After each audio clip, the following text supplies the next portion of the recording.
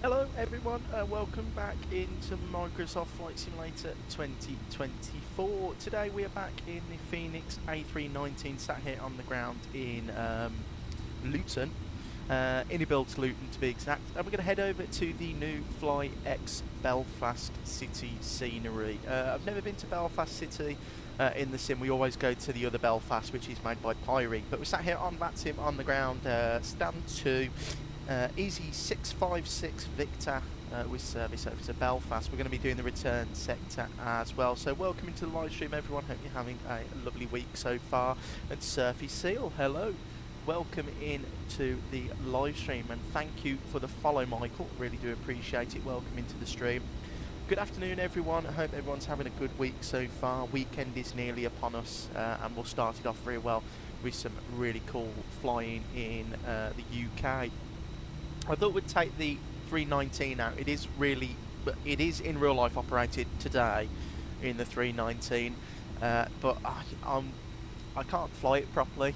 My landings in the 319 are subpar, to say the least. They end up with, you know, maybe an inspection on the landing gear after, but we'll see. And Belfast City, it's a short runway, isn't it? So it'll be interesting to see how we handle that.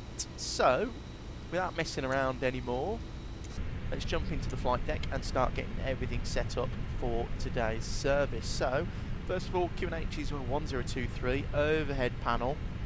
We'll start with an APU test and an engine 1 test and engine 2, and we'll do cargo fire, and then we'll do IRS 1, 2 and 3. That's all set down there. The lights are set, and we're going to get the fuel pumps on now as well. Right, we'll put the seatbelt sign on straight away. We're going to load up the fuel instantly, and I am using my real MCDU from Wing Control, so if you see me manipulating it in the sim, and well, not in the sim and in real life, that's why. So request our init reference, and that should load in, and we are easy. 656 Victor with a cost index of 5. We're going to be cruising at initially, let me reload the SimBrief flight plan that I sent myself. 38,000 feet, that seems quite high, but we'll go with it. We'll see how the aeroplane handles that. Flight plan today is going to be out of runway 07, and that is going to be on the Olnec 2 Charlie. I'm going to insert that, and I'll just write that down actually. So 07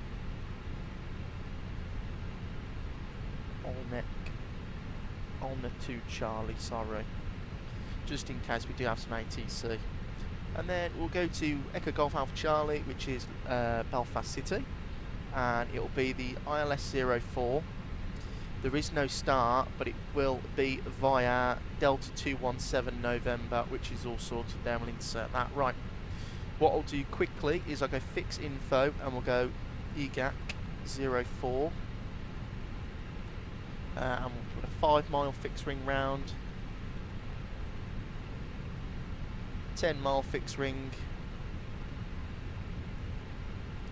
and then we pop a cruising altitude fixed ring.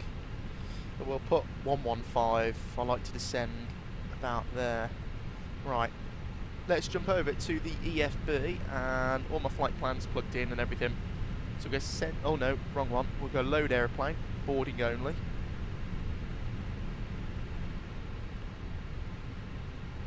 Boarding requested. And that's wrong there, so we'll resend that in a minute anyway. Right, we'll go constraints on both sides. Oh, Wizz Air's just spawned in there. And we'll reset the rudder trim. We'll go mode Charlie, 1000. Weather and terrain, predicted wind shear on. The 122.8 is there. Go ATSU. AOC menu, received messages, load sheet, etc.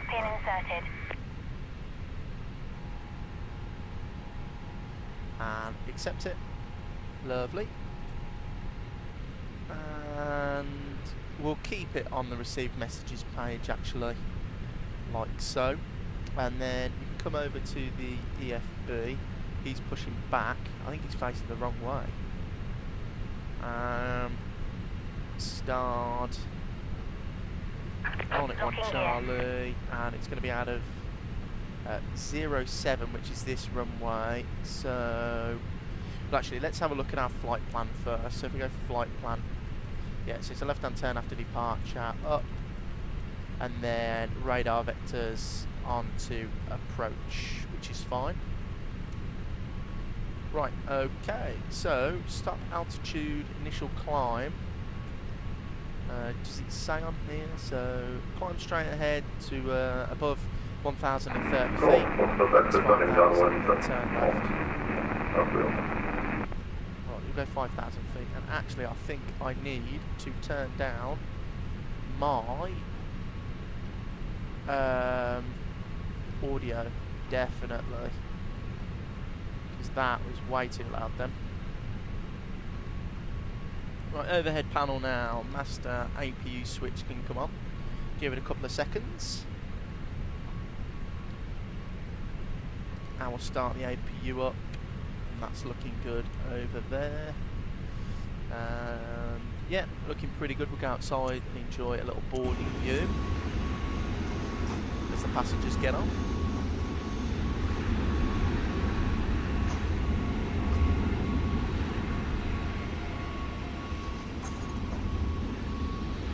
That Wizz Air's already going. That was pretty quick. Look at him zoom off.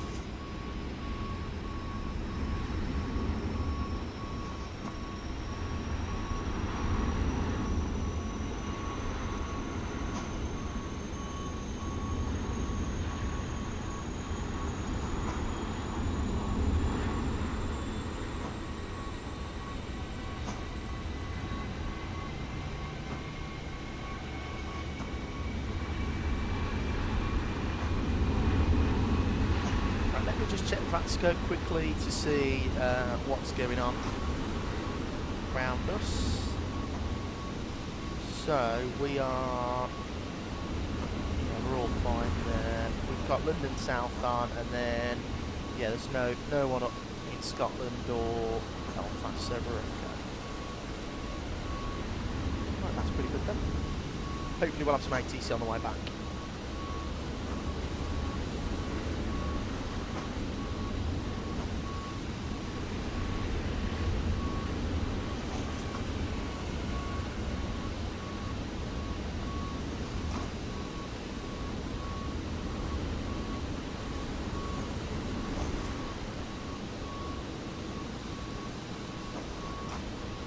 But looking pretty good so far. I think the APU must have started by now, so we'll go and pop the APU bleed on, external power can go off, and we'll jump into the EFB and we'll go ground services, and GPU can be disconnected.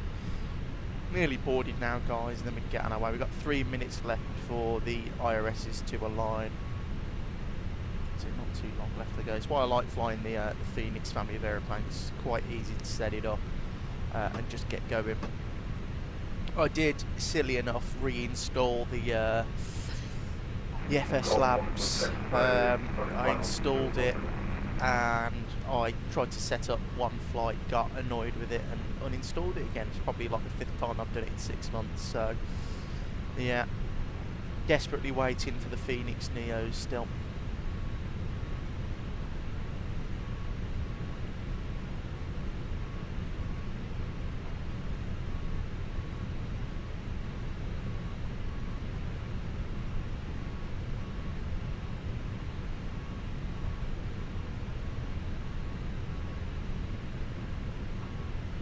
So I think we're just waiting for the bags to load and we should be ready to rock and roll.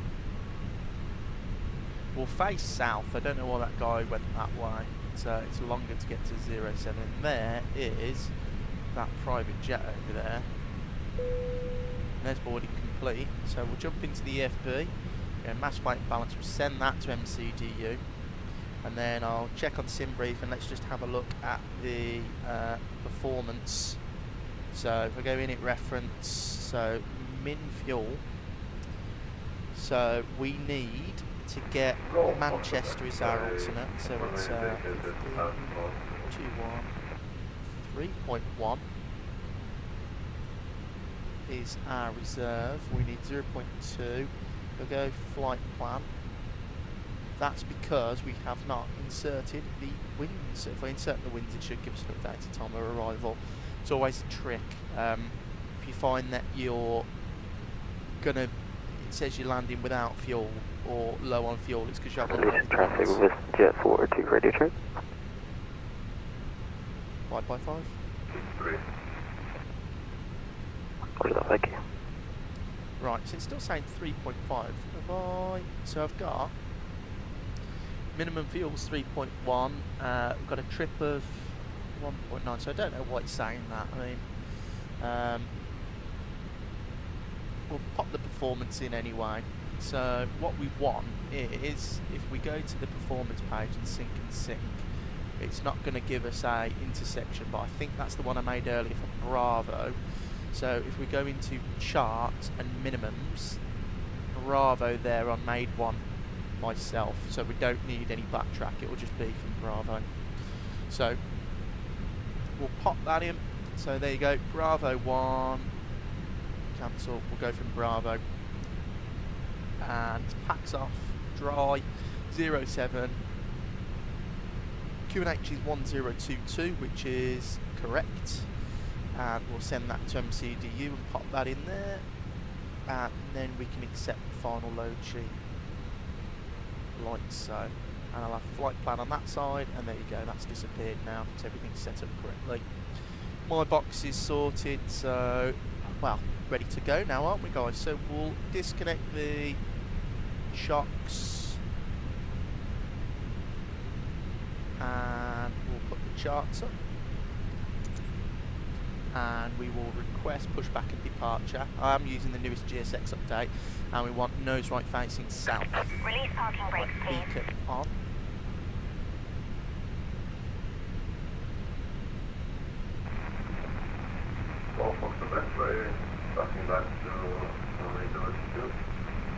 Surface hill not been on VATSIM for a few days. Oh, why is that, mate? You just not feeling it, or you just like flying offline for a little bit? For the past couple of days I've been flying on VATSIM, but in areas where it's not online, just so I can enjoy myself a little bit. Sometimes when you're in a busy VATSIM area it does get a little bit annoying. Right, I don't know where that guy is and what he was doing. Is that the guy over there that's pushing back?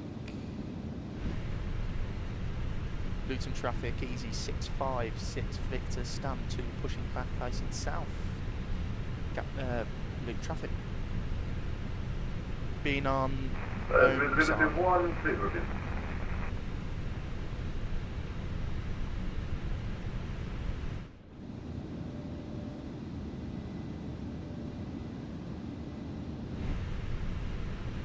What's OMSI surface hill?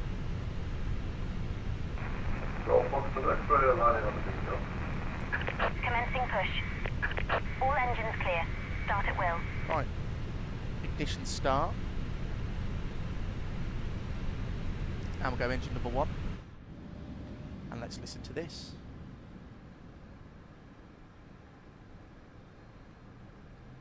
Ah, bus simulator. Oh, that's pretty cool then. Surface hill. There is one on my Xbox that's pretty new that everyone's been banging on about. I might give it a go.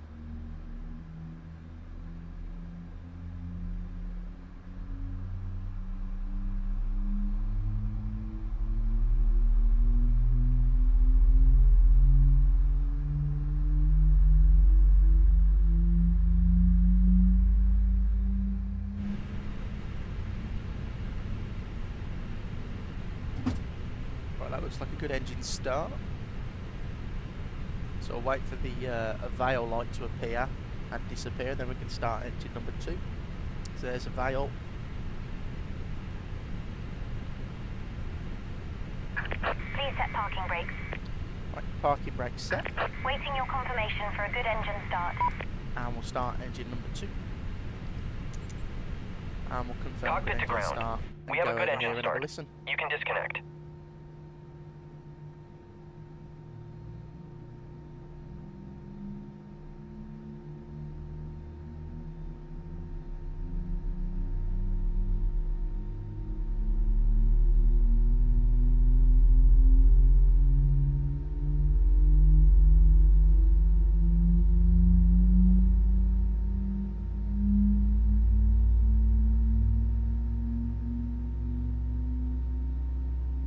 Unlocking gear.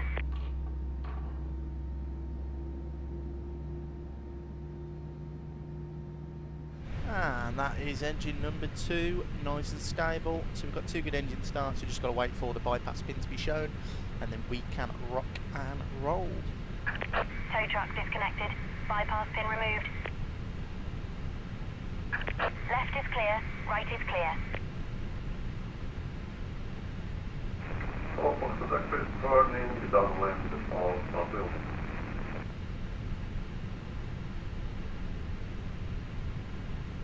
So here's the bypass pin. There it is. So we can start with the overhead and we can go down AP bleed off, master switch off, taxi light on. We'll actually turn down the temperature a little bit. Then we'll go downstairs, ignition off, speed brake armed, flaps position 1, and then we go flight control check and we'll trim up 0.07. Which is there, max auto brake, come on now. And flight control check, so go full right, neutral, left, neutral, forward, neutral, back, neutral, now for the rudders, full left and full right. All flight controls are free and correct. We are ready to taxi, so let's tell everyone we're going to taxi 207. Luton traffic easy 656 Victor, taxiing to hold point Bravo 107 via Bravo. Visibility 1, sorry, can hear you.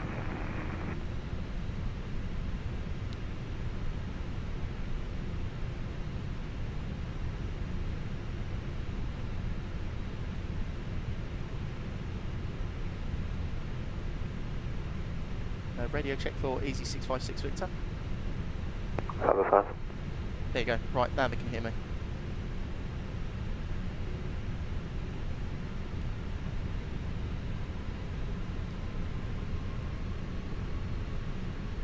Right, there you go. Don't know what that was all about.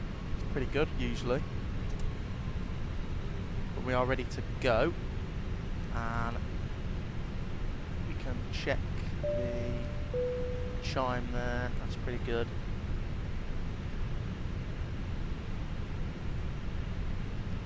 And what we can do straight away is get the packs off so we don't forget, because we're going to need that extra air pressure and extra power in the engines for this takeoff. Luton's always a little bit of a tricky departure. I always find, I don't know, in the bus, when I fly like the 321 and the 320, the takeoff speed's always... All Fox X-ray turning final on to Northfield. We're always really good, so I don't really have any trouble when departing from an airport, but when I fly like the Max or the 7.3, it always says too short or too long, so you have to go like bleeds off. But then I find that the takeoff performance calculators are a little bit too sensitive, I find. Heathrow traffic, speedbird 320, X-ray landing, flight level 230, file the other Brooklyn Spark 6 Juliet departure. Heathrow traffic.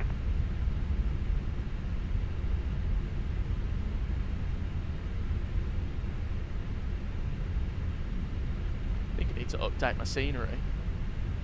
Yeah, it's not got a very good level of detail load in there. This is in your build, so it should be good. Usually is.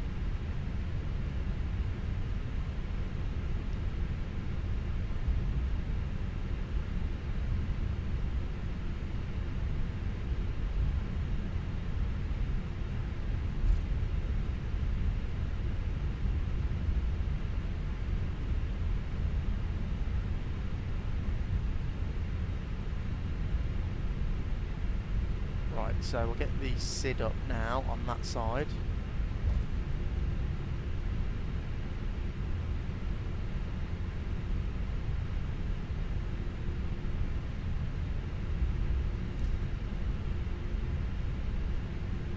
And I'll have a cheeky check on VATScope, see who's knocking around in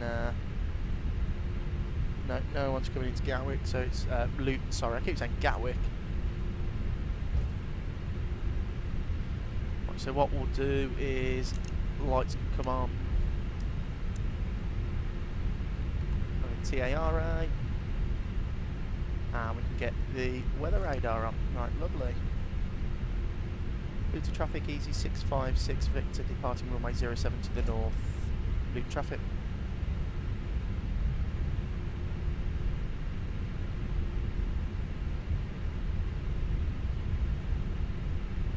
Go Fox X-ray, runway vacated at Northfield. Right, are we ready to go? Right, overhead panel sorted, got packs off, we are ready to rock and roll, trim set correctly, got ECAM no blue, so let's just slow it down a little bit for this lineup.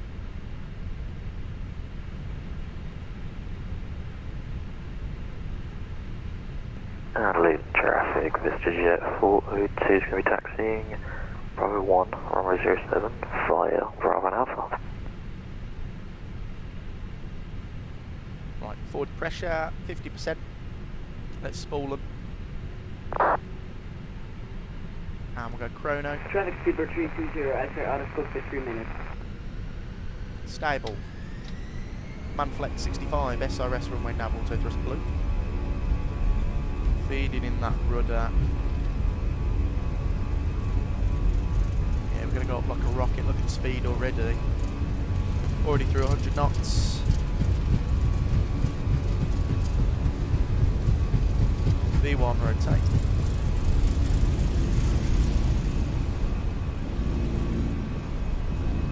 Airborne positive rank, up. Lots of flight directors.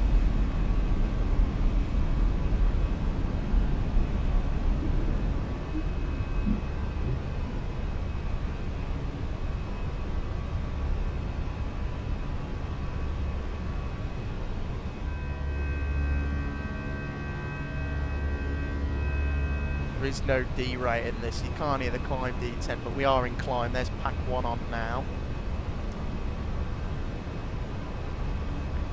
Speed brake disarmed. Flaps up.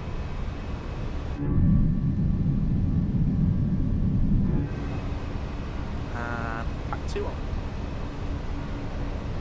Actually we're clear now, so we can go all the lights off. And I'm going to pop it straight to AP1. And I'm going to bug straight up to flight level 380 just so we get there. Beautiful.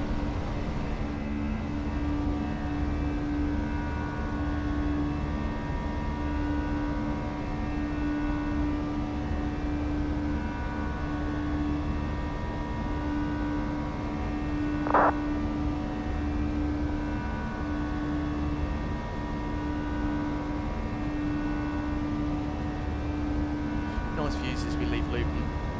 It is quite like farmlandy and countryside-y out here. It's very nice.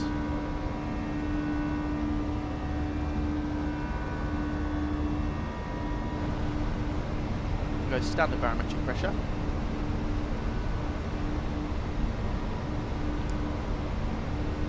And release the crew. They can start their in-flight service. That is, but no, that's quite a nice wing view there.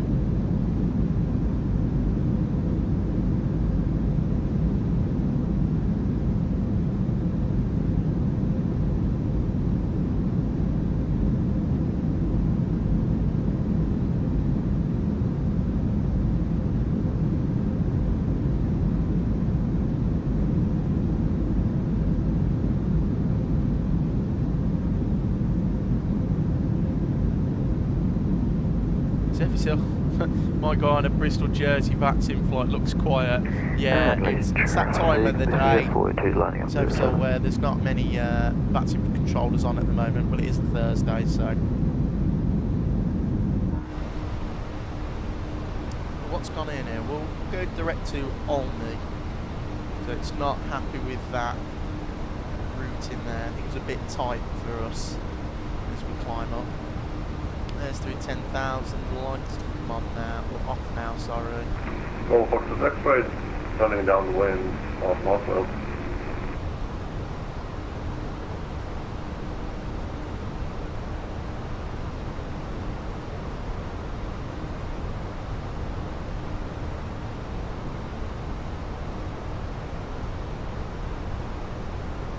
Right, seatbelt sign off. We are TARA, Lead traffic, EasyJet 402 signal, score 07, Archer 2, Bravo departure. We've got on a nice wing view now, guys, and enjoy the views as we leave London. Our routing today for a bit of geography, I mean, it's pretty simple, because we're just staying in the UK. It's northbound out of Luton. Before turning slightly west, we're going to enter Northampton, Rugby, straight through Leicester, up over Manchester, then we're going to make a left-hand turn next in the UK over Blackpool, Irish Sea, and then over the Isle of Man into Belfast City. It's pretty good, and the weather, if I go and request a weather request off of SimBrief, not SimBrief, the computer.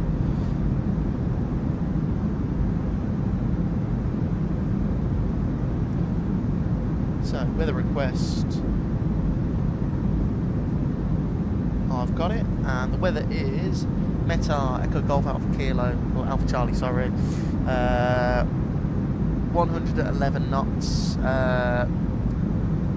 no clouds, 15 degrees, QNH 1022, so nice day out actually in Belfast. There you go, that looks good there.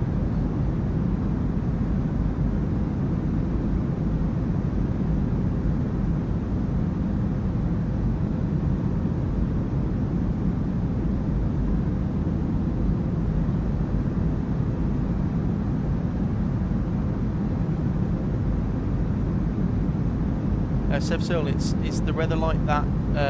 Is it real weather? Sorry, it looks much nicer up there than it does down in the south. Very wet. Oh, is it, Sevsil? Well, where I am in the south, I'm enjoying no clouds, 19 degrees where I am. Might be going down a little walk to the beach in a bit. But yeah, no, this is what it looks like where I am.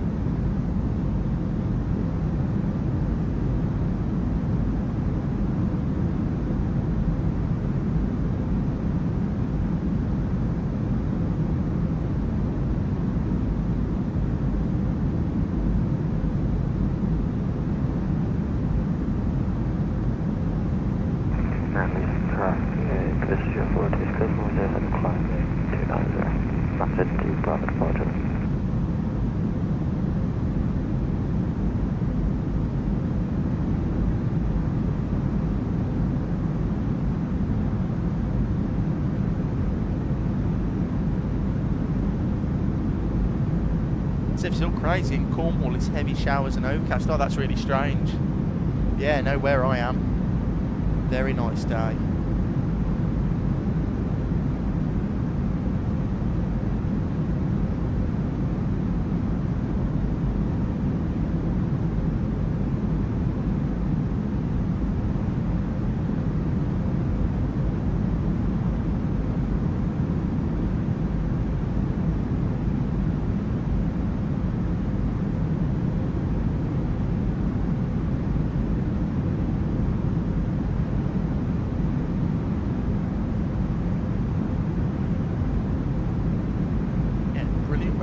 Not a single cloud in the sky, so we should get some beautiful views all the way up towards Belfast.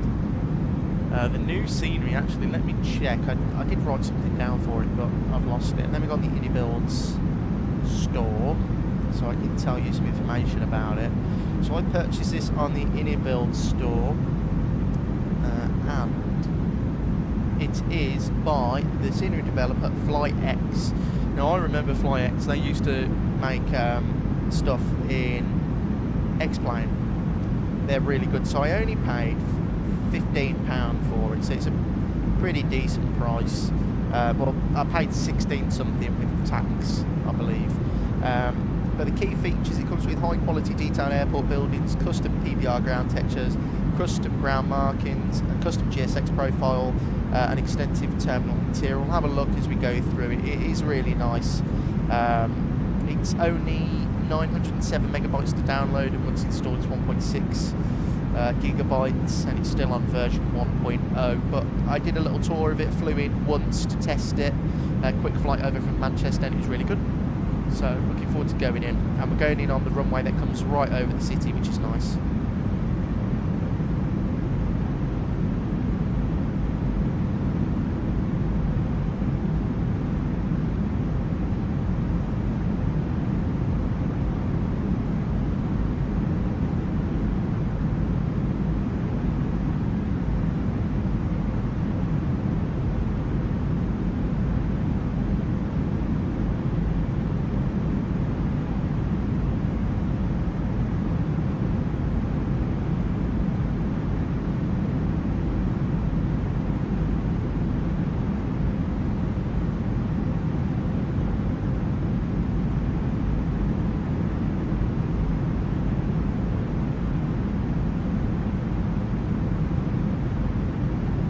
very short flight, guys. We've only got 123 miles to run, so I wonder how long was this flight scheduled for?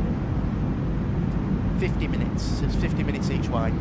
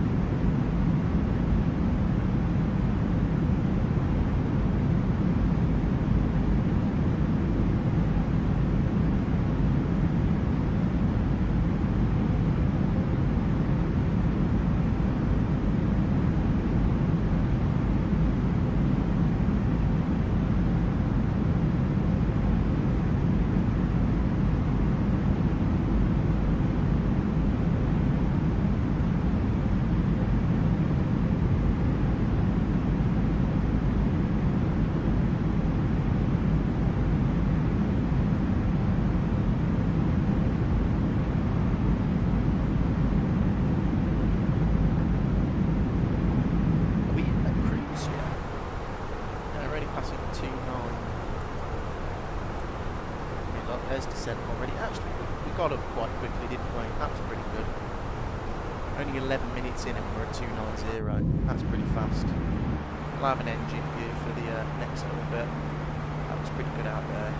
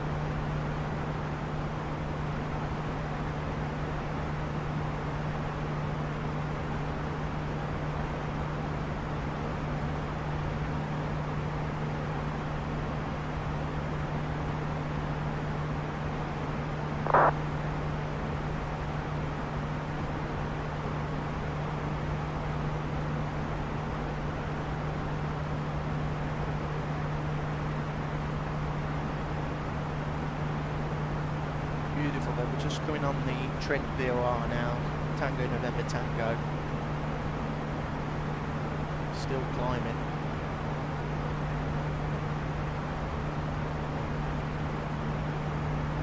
And actually let's got 100 miles to run now, so let's pop in the performance data for the arrivals. So first of all, let's get rid of loop, we don't need that anymore.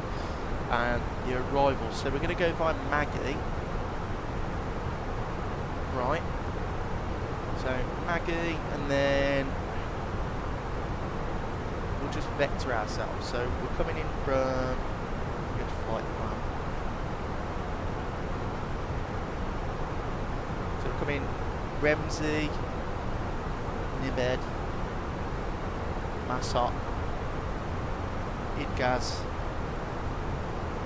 Ibets, MK, Maggie, discontinuity, and then we're gonna basically vector ourselves like that. Across, down. Would they do that? Or how would they? Because that's older growth there, we don't want to really interrupt them.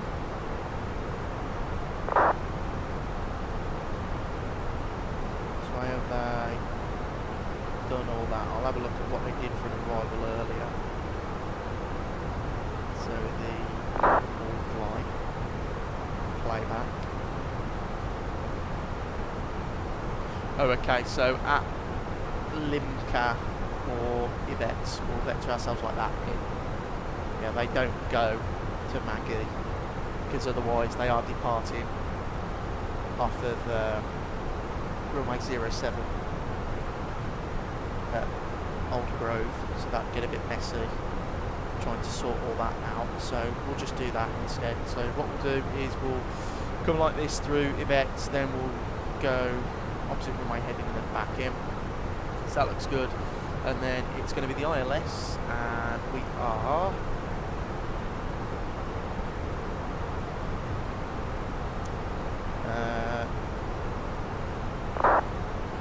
so it's going to be 213 for the ILS, and then we shall have a look at the arrival information. So it's going to be 1023 is the QNH. Temperature is a lovely 14 degrees. Wind is 0908.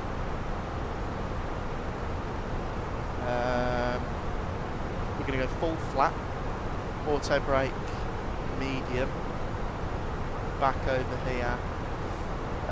It's given us a V approach speed of 125 knots, so 120 plus 5. I'm going to go 129.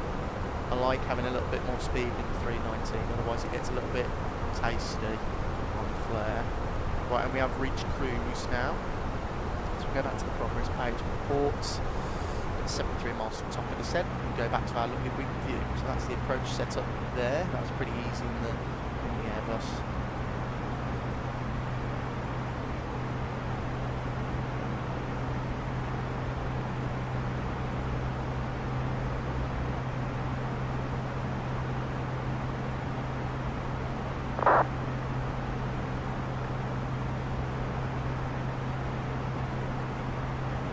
So 65 miles left to run, not a long time now. 2 really short flights today actually. And then I promise when we get to Belfast City we can have a walk round and have a look what FlyX have done. They did model an IKEA. Are you doing 2 or 3 sectors today? Surface Hill, just the 2, we're going there and back.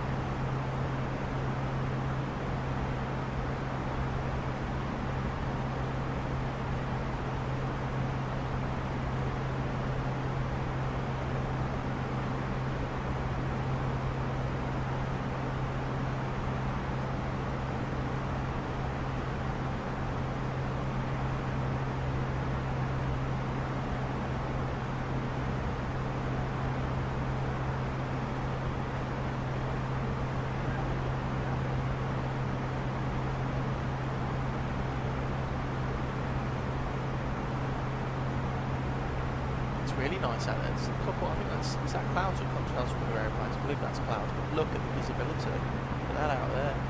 Gorgeous.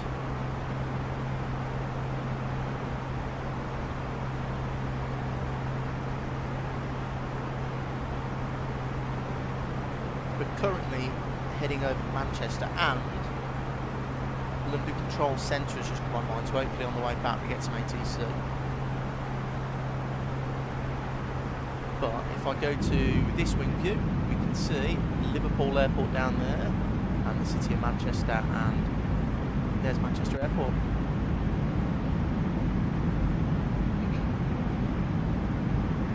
Oh my god, look at that.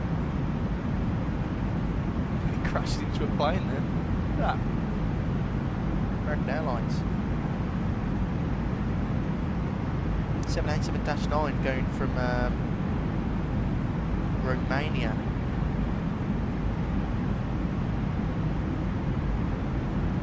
That's cool, never saw him. Probably got a TCAS advisory, but oh well. Look at that down there, gorgeous. There's Manchester and Liverpool, all in the same shot. As we exit over into the Irish Sea.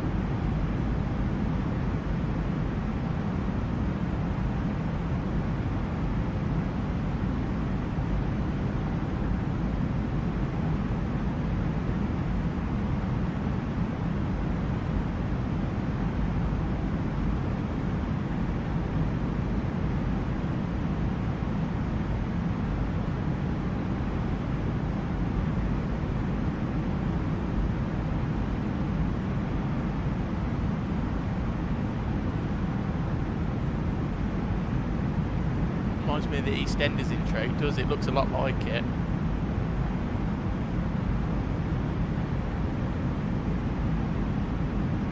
Looks really nice down there though.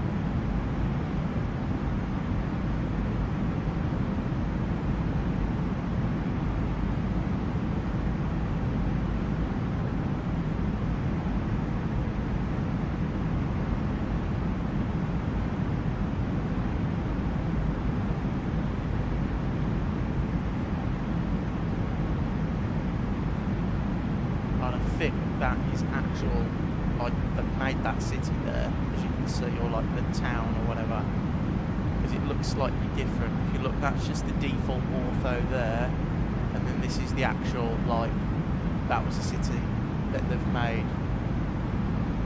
You can see the difference in how good it looks. That's why I like flying. Like when we go to America, it all looks like this. It's really good with the detail. Like you can see the individual trees and buildings, and it's really good. Really, really good. 30 miles until descent, guys, so not long left.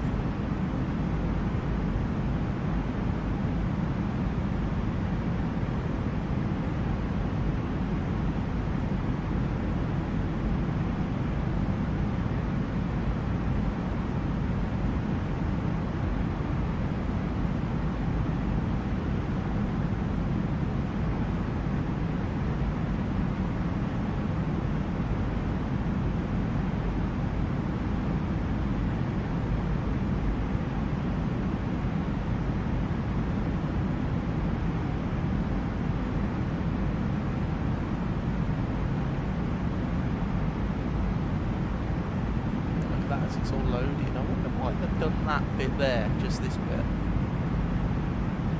You can see the jagged edges of where the actual proper ortho manually done was finished. It's really nice though.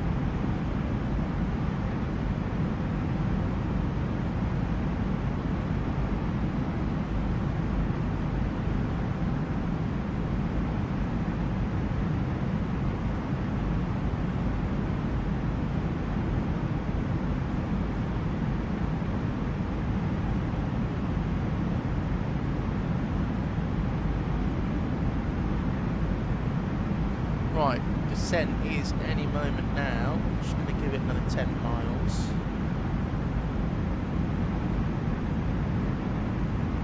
Actually, I'll quickly look at the charts momentarily. So,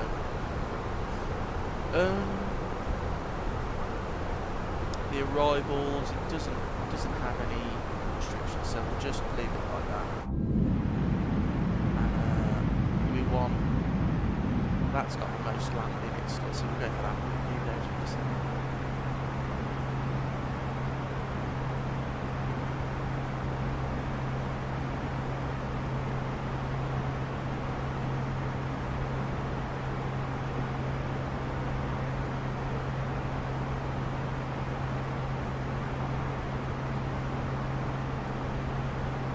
Right, down we go. Descent.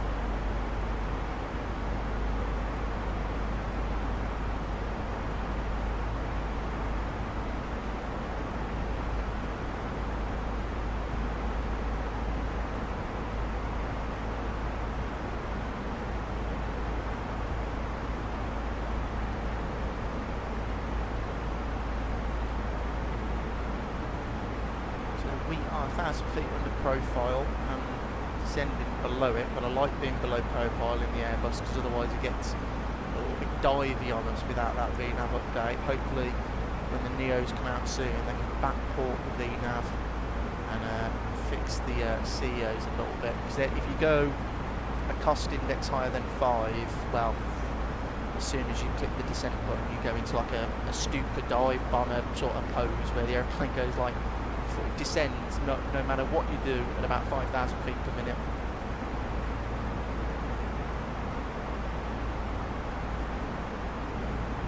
Which is really annoying, but hey ho.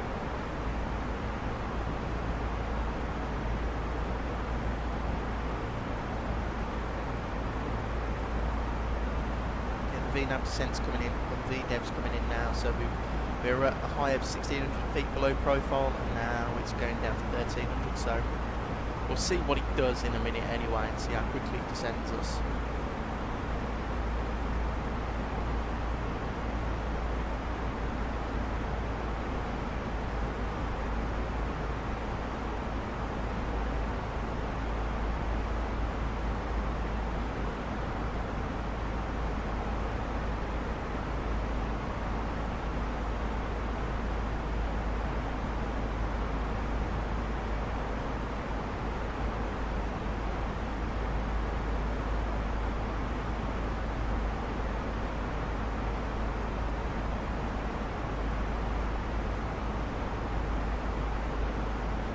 So when we hit the actual VNAV profile, I'm going to put the seatbelt signs on.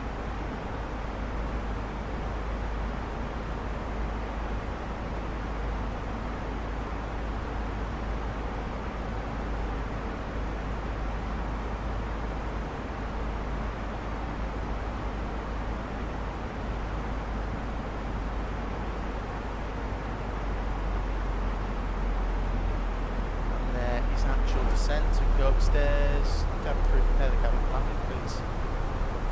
There you go, it's a lot nicer at descending when you've got a cost index of 5, even though the flight's a little bit slower, the descent's managed a lot better. Right, let's go down into the MCDU, VATSIM,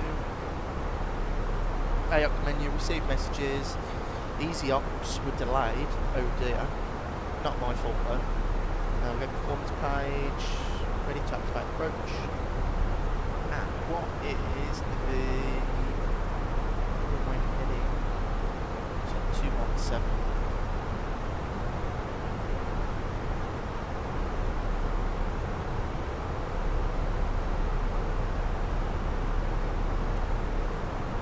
There's the Isle of Man down there. We've never been to the Isle of Man, so I think FlyX do that scenery as well, so we might have to go over here soon.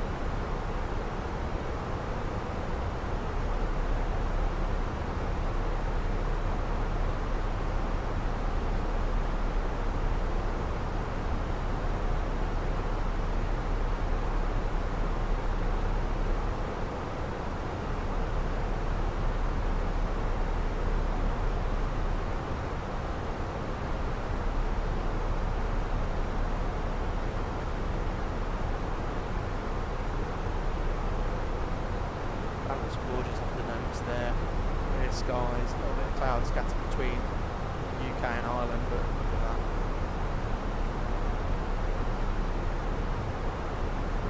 Just noticed, look at the detail on Phoenix there.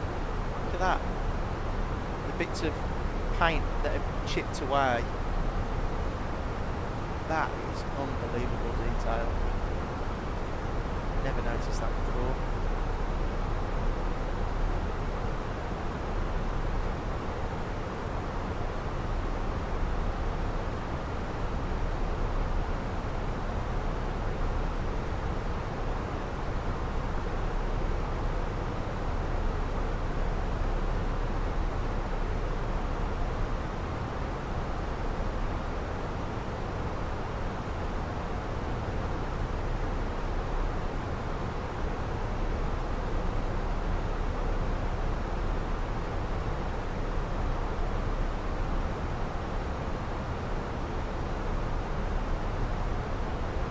Hello, welcome into the stream. Good afternoon, hope you're well. Do you know when Sim Update 5 will be released? I think it's delayed, Ryan, until this weekend, I believe. They haven't said a confirmed date, but it was supposed to be last weekend, but they've delayed it another week. So most likely sometime this weekend we'll get Sim Update 5.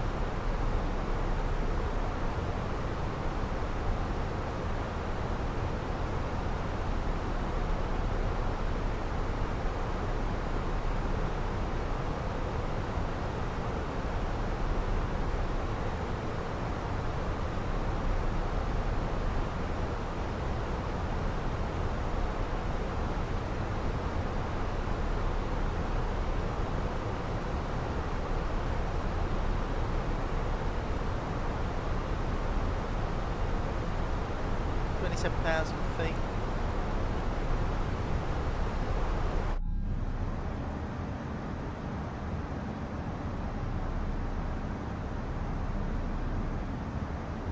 So Isle of Man down there. They do the, I like watching the Isle of Man TT racing that's all round here. And there's the airport there.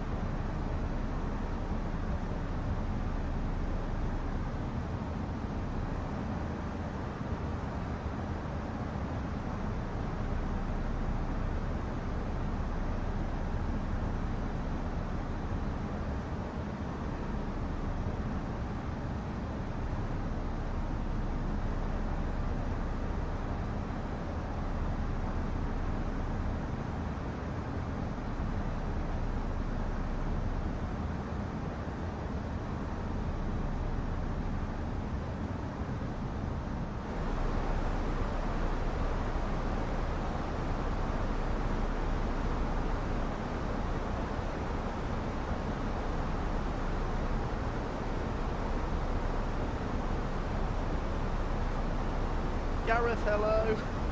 Good afternoon from sunny Belfast. How's it going? It's going well, Gareth, so far. We're about to go and see you actually into Belfast City. Just having a look at the approach into Belfast City. It's going to be interesting. We're coming in on 04, which brings you right over the city. So hopefully we don't smash it in. So I know the runway's a little bit short. All is well, Gareth. Hope you're okay as well.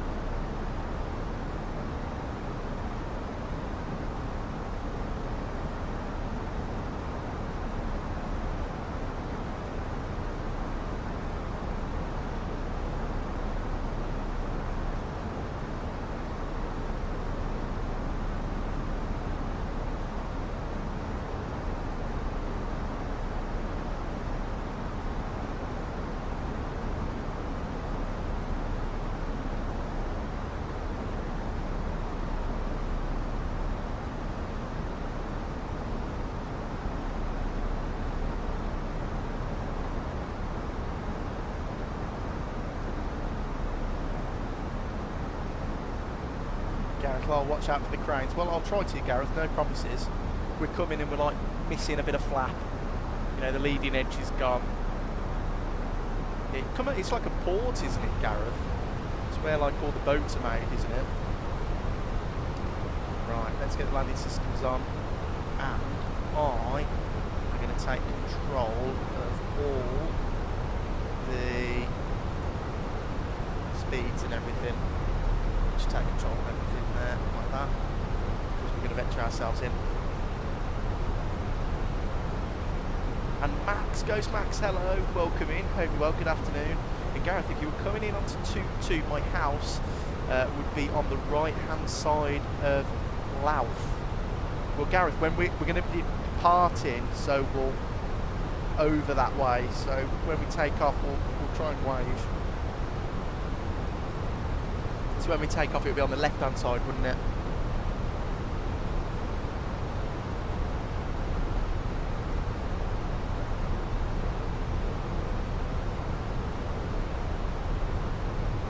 But yeah, I loaded into the scenery. So I bought it a couple of days ago. I downloaded it. I didn't have a look at the scenery, and then I went round it yesterday and did one flight. I did a quick flight from Manchester, and actually, they've done a really nice job. FlyX. I used to buy their sceneries in the X-Plane days. They did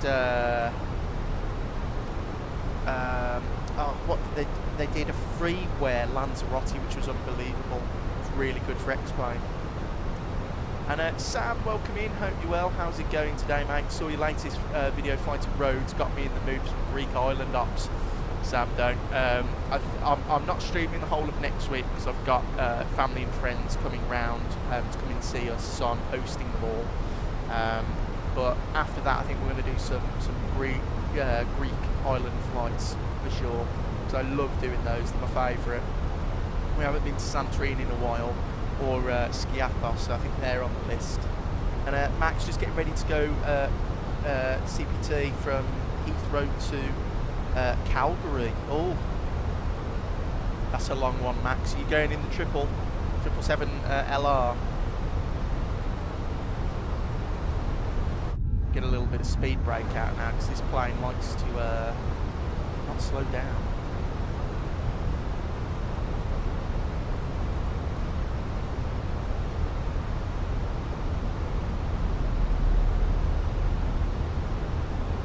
And the ILS wants you at 2,000 by... Yeah, Air Canada, Max, that's pretty cool. I've got a video coming out in Air Canada soon. Next week, I edited it last night. Air Canada 321 from Toronto down to Palm Beach. It was a really nice flight, actually. Weather was dreadful, though, in Toronto.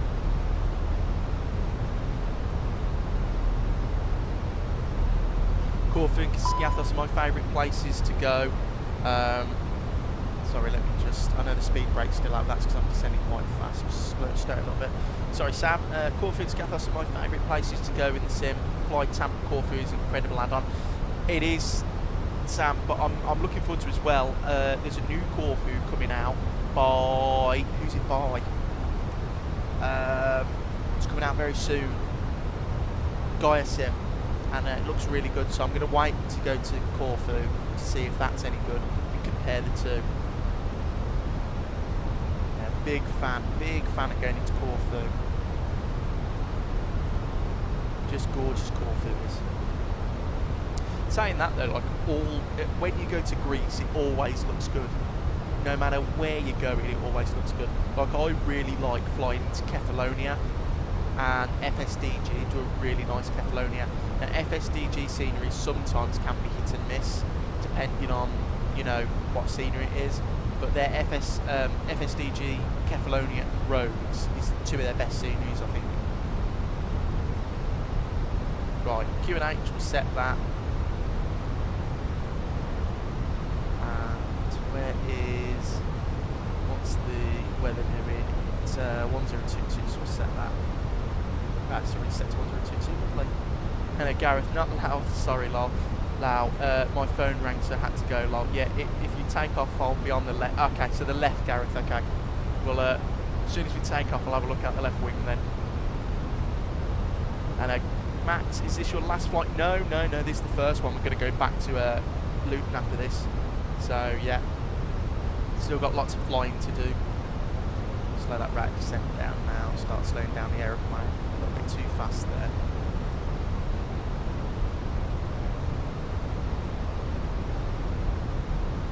You're being spoilt, you are, Gareth, as well, with two brilliant sceneries for Belfast. Now, I mean, you've got Pyreed Belfast and you've got FlyX Belfast City, so you're sorted up here.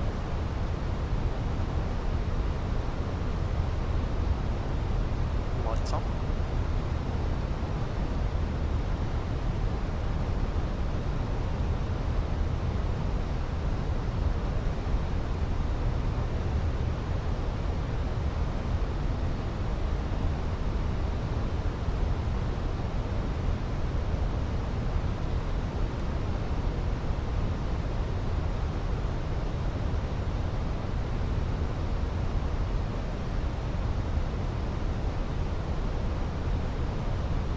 Yeah, both are great. I bought the City Airport the other day. What do you think of it, Gareth? Because you're a local. Oh, it looks... well, you answered my question there. It looks exactly like it. That's good then. Because I've never... sorry if I speak English. I've been to the FlyX... Is it FlyX who do Jersey? And that's pretty good, but I've never been to Jersey in real life, so I don't know. And Sam, I've only ever been to Zante in real life, and I enjoyed it, although I did burn like a lobster. You've been chatting to the missus about going abroad, and we either want to go to Rhodes or Corfu, but we don't know what's more kid-friendly. Sam, Rhodes is more kid-friendly. Me and my girlfriend go to Rhodes. Corfu is kid-friendly, but just stay away from Kavos. Don't go anywhere near the south of the island. So if you go towards the south of the island, it's like the party strip, and it's only small, but you know when you're there. That makes sense. But Rhodes, as long as you don't go to Faliraki, which is on the other side, everywhere else in Rhodes is family friendly, really nice. You won't be disappointed. Yeah, we like going to it. I've been to Corfu quite a few times, really nice. We go to the west of the island. There's a hotel we used to stay in, the Lambrana Sandy Beach Resort is where we used to go. But me and my girlfriend prefer roads now.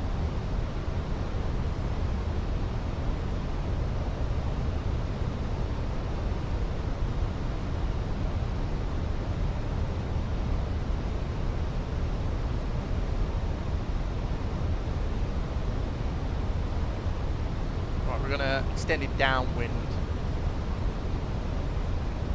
Just trying to slow the aeroplane down a little bit more.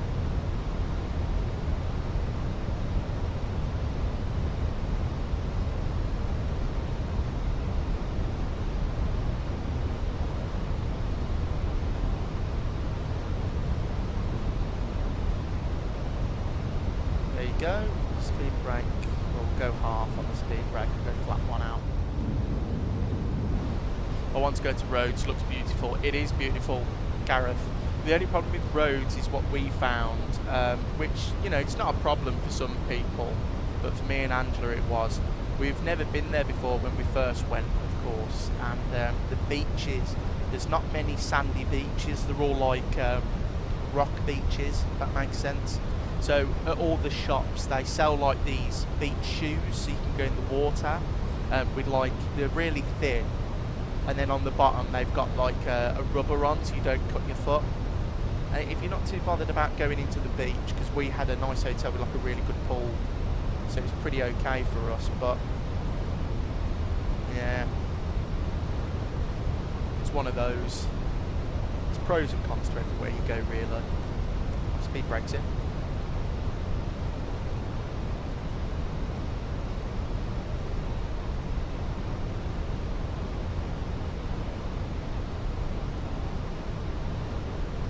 Right, let's have a look at the ground charts quickly. I just wanted to have a look. So with 04, we're definitely going to have to backtrack. We're not making Alpha 1, no chance. So, yeah, well, I'll disconnect the auto brake a little bit earlier.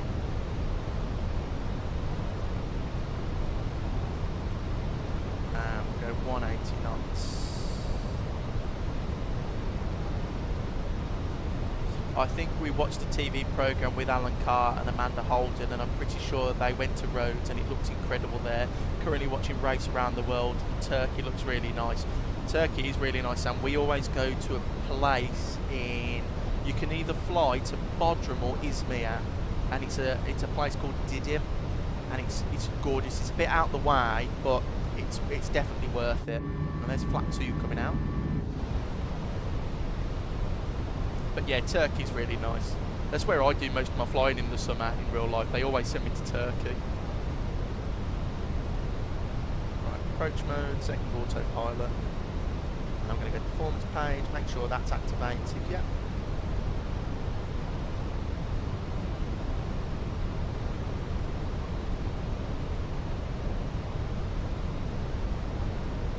And it is 3 degrees, isn't it, coming in here? Yeah, nothing silly, just 3. That's fine.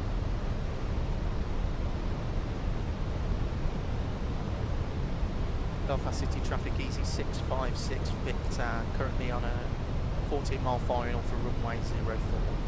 Belfast City traffic. Right, there you go, look at that, localising glide slope at the same time, and go around is 3,000 feet, so we'll keep that 3,000. I'll get all the rest of the lights on now. Cabin secured.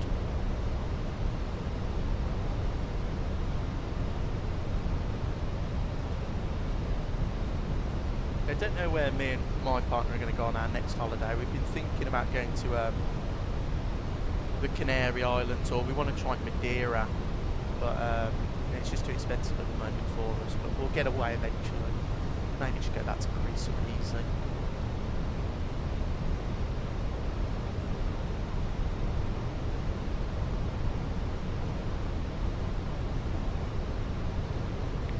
Apologies in advance, everyone, for the landing. I hate the 19. I always smash it. It just seems like it falls out of the sky, but hopefully today that's a bit different.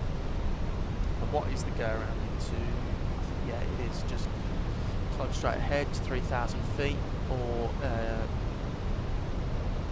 8.0 miles from the Hotel Bravo Delta VOR, which is earlier. Turn right and return to holding as directed at 3,000 feet. That's pretty easy. Scenery looks good down here though.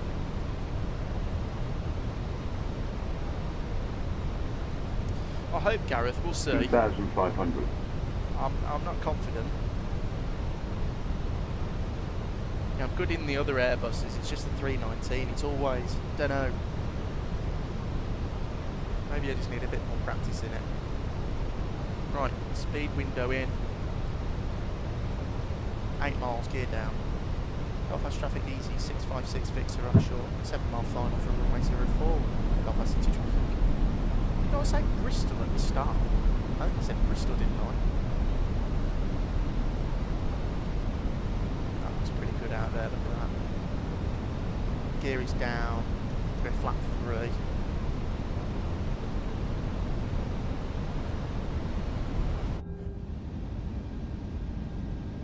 Looks pretty good they're out there. Gorgeous day for flying. And full flaps.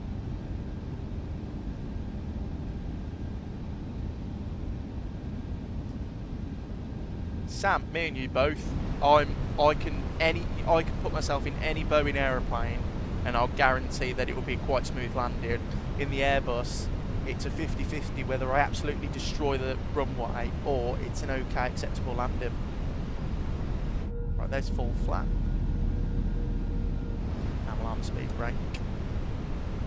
And we have ECAM, no blue, medium auto brake, everything's set.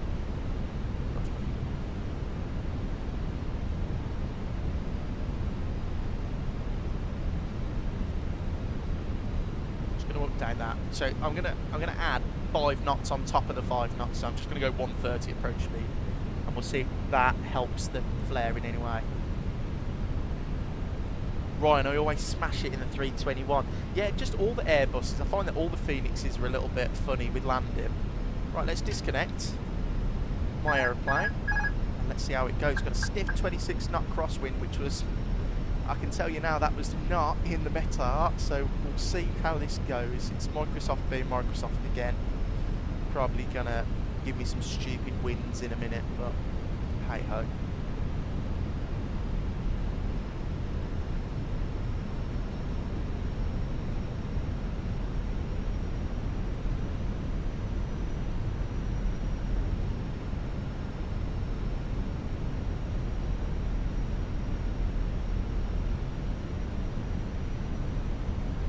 Definitely glad I added that 10 knots on, because I'm in the 19, the nose always pitches quite high, and look, I'm getting probably about 4 degrees up there already just to maintain 500. that 2 red 2 white. Sam, it is a beautiful scenery, what a great approach, and look, there's the cranes that Gareth was on about. Yeah, please don't hit them. Sending a little bit more now. Beautiful, we want trees as we come over. Being blown a little bit as that wind dies off and the aeroplane tries to correct itself.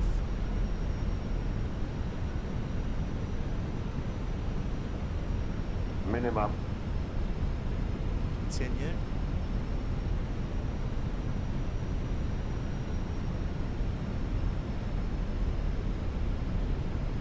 $50, $40, $30, $20. Retard. Cut the thrust. Hold it there. There you go, that weren't too bad. Yeah, there's the IKEA on the right that they've added as well. That's pretty cool that they've added that. Right. Disarm all that, we'll roll it to the end. Yeah, pretty happy with that for Belfast City. That wind though, it's what annoys me about Microsoft. It wasn't in the meta, it was 090 at 8. That wasn't 090 at 8. But we're down safely anyway. Kicked the crab quite nicely, we maintained centre line, so I'm happy with that.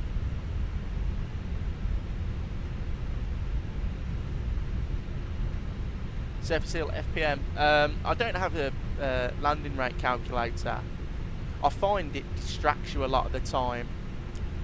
I like watching people with them, but I just think that when you're landing, if you get a foot per minute, even if the approach is stunning, and I say like, oh, it was 200 foot per minute, it'll ruin the landing, because it's like, well, I know it's 200 foot per minute, but the actual approach was brilliant.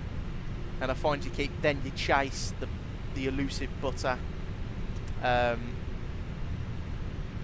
yeah, it wasn't too bad.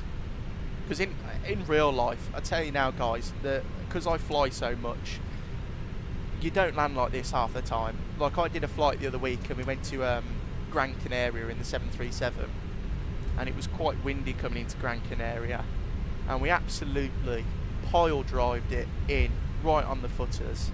But that's just what you got to do sometimes. It was a little bit rainy and very windy. It was very windy. But yeah. So I used to chase foot per minute, but touch zone is more important. Yeah, exactly. I used to do the same. I used to have a landing rate calculator in X-plane, and I used to always try, and then it would ruin the flight if I got like an acceptable landing and not like a minus 100. So I just got rid of them in the end, and I enjoy it more, because then you land and you think, right, that was brilliant, that was. I've done that correctly, that's all done safely, so I've done it as if it was real. Right, we'll turn the TARA off. Southwest City traffic, shuttle 5 X-ray, passing back, facing west, down 4. And city traffic, easy 656 Victor, vacating runway 04 traffic. We'll let this shuttle park, or actually, what stands are there, and we'll just go there. Oh no, we can't, can we?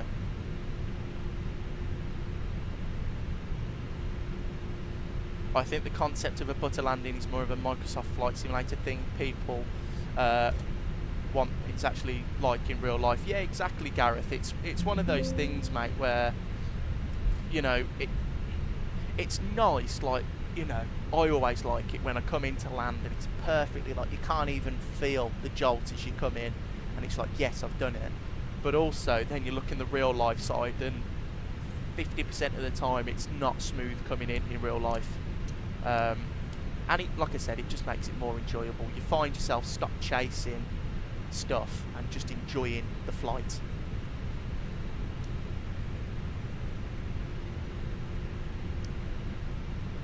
APU on now. But welcome down to FlyX Belfast. Beautiful scenery. I'll take you for a walk in a minute anyway. Round, and we'll slow here. Just for this guy.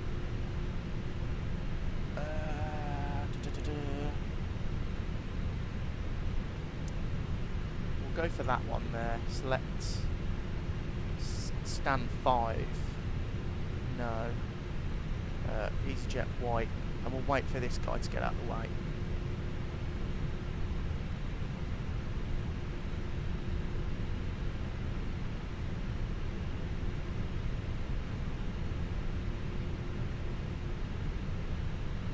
Did you check out the new Dresden scenery by Athletic? I think it's one of the most beautiful.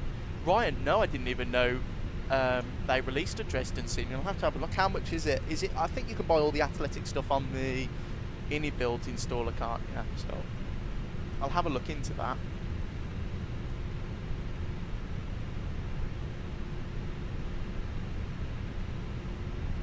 Right, we'll set the parking brake there and give it a second. Now, this always cringes me out, guys, and it's only because I'm cabin crew. When you taxi after landing and you come to a stop, 9 times out of 10, most of the aeroplane stands up. Even though you know, and I know, we're not on stand, they don't. So they all get up, and I have to go on the phone and say, can we please sit down? We're not at stand. It's a little pet peeve of mine.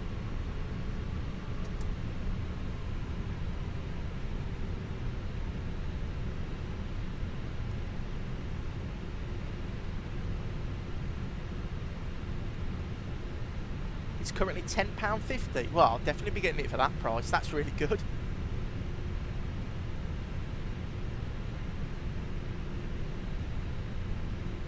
Right, here's stand 5. right where he left off. I just wanted it because I like the, you can see inside the terminal a little bit better.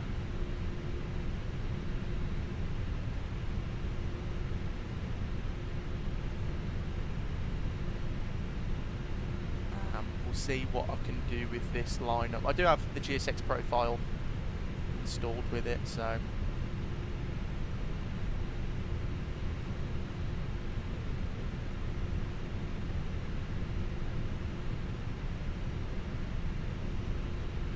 pretty good so far though.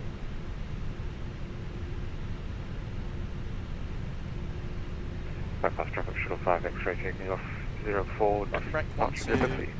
AP bleed, beacon light off, seatbelt sign. The boarding requested. Yeah, and we'll go D-board. Beautiful. And then we go over here and we can request the GPU as well. Available. Master off. Any of that. Lovely. Look at that, guys. Down in plenty of time. Let's go outside quickly. Have a little look. I don't like this garishly orange. Maybe we should have used Swissport or something. When I used to chase buttering, I found that I was floating past the touchdown zone quite a lot. Since I'm been that, my landings have been so much better. Exactly. That's what I find as well, Sam, is that when you stop chasing that butter and you just actually concentrate on the landing, you're actually more happy that you've done it legally and properly. And I think that's a bit more rewarding then. You know, sometimes it's nice, oh, you bang on the footers and it's greasy and lovely, but yeah. And Gareth Lowell, it's always like a race to get off for some reason. Exactly, and it's so annoying because the people who stand up first are the people in the middle who are getting off last. So, it's so silly. There's that shuttle going there, another shuttle. Both going back to Heathrow.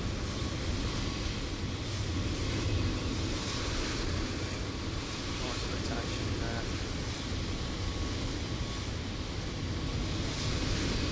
There you go, I really like that, that was pretty good there. Thank you for joining me on this first sector, guys. I'll set up, actually I'll redo the sim brief on my iPad quickly so I can see what's going on.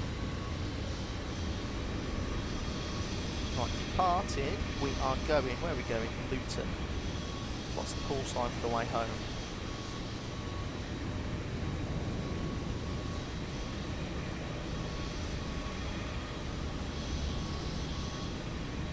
Easy 4-5 Whiskey Juliet, lovely jubbly.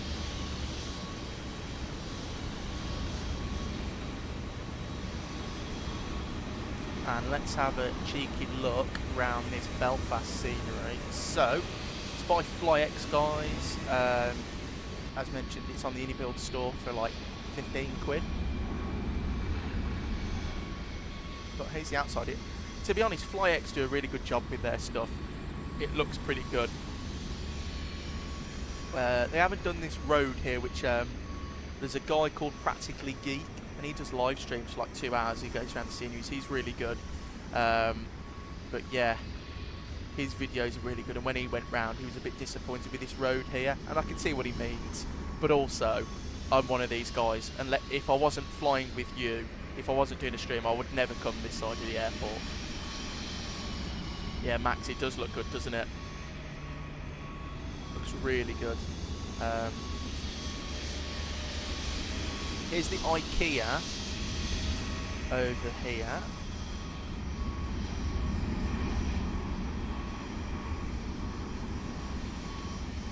So this IKEA, Gareth, have you ever been to this IKEA? It's just somewhere where you frequently go. But it's modelled pretty well, like, you know, I suppose they would have had to model this because it's such a big landmark, like an IKEA like this. You can't really miss this off, can you? Otherwise the scenery's not complete. Car park's modelled pretty well.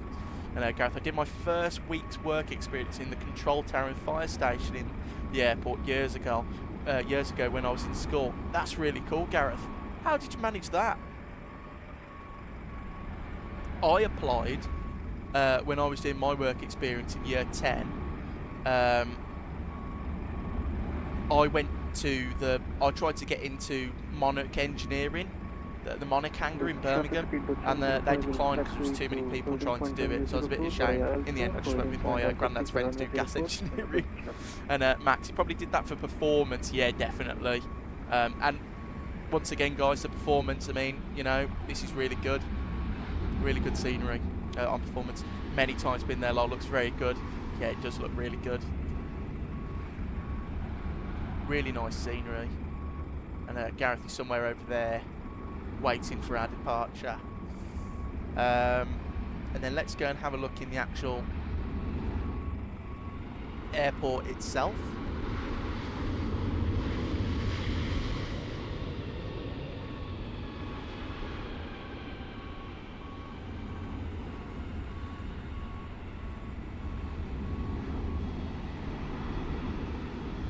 Sam, it is me who ended up doing my work experience in a Doctor Who shop. That's pretty cool though. Like, that's not a lot of people have ever done that. I like this ground clutter though, that looks pretty good. But like, just the buildings, how they've done.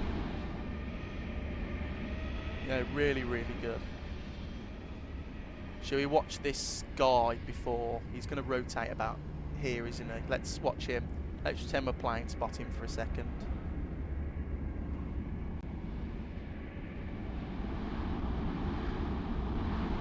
I just asked them, lol. They said yes. They also got a new fire engine after I did my experience, so they invited me back to have a go. I was putting out fires on the practice aeroplane. It's on the far side of the airfield, left side of runway 04. Ah, so over there, Gareth, then. Like here, or further up, like there. But that's pretty cool, Gareth. Not many people can say that. That is a really cool work experience, better than what I did. Belfast traffic speed was on this side, taking off runway 04. Well, what's going on with this? Why can't I?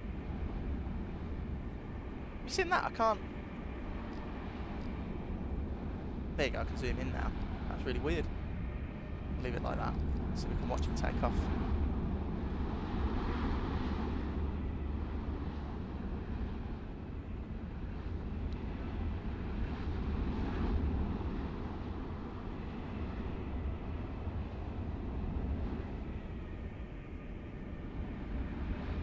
And Max, I've only just got a notification. Thank you for becoming a member. I really appreciate that, Max. Absolute legend. No, it's right in front of you, just on the left of 04. It looks like a burnt out plane shell. Oh, I get ya. It's over. Yeah. There. Right, we'll go over in a second. We'll go and have a look at the terminal, and then we'll come over here and have a look. Just want to watch this 321 take off.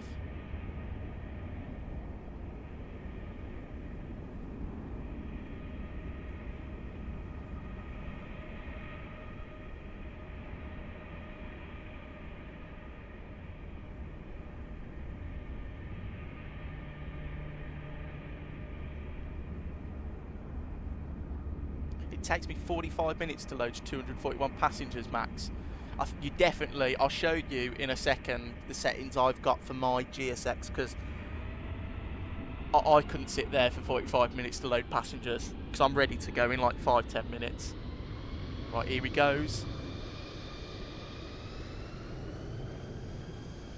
I tell you what, the sounds, it sounds so good, like the GSX sounds.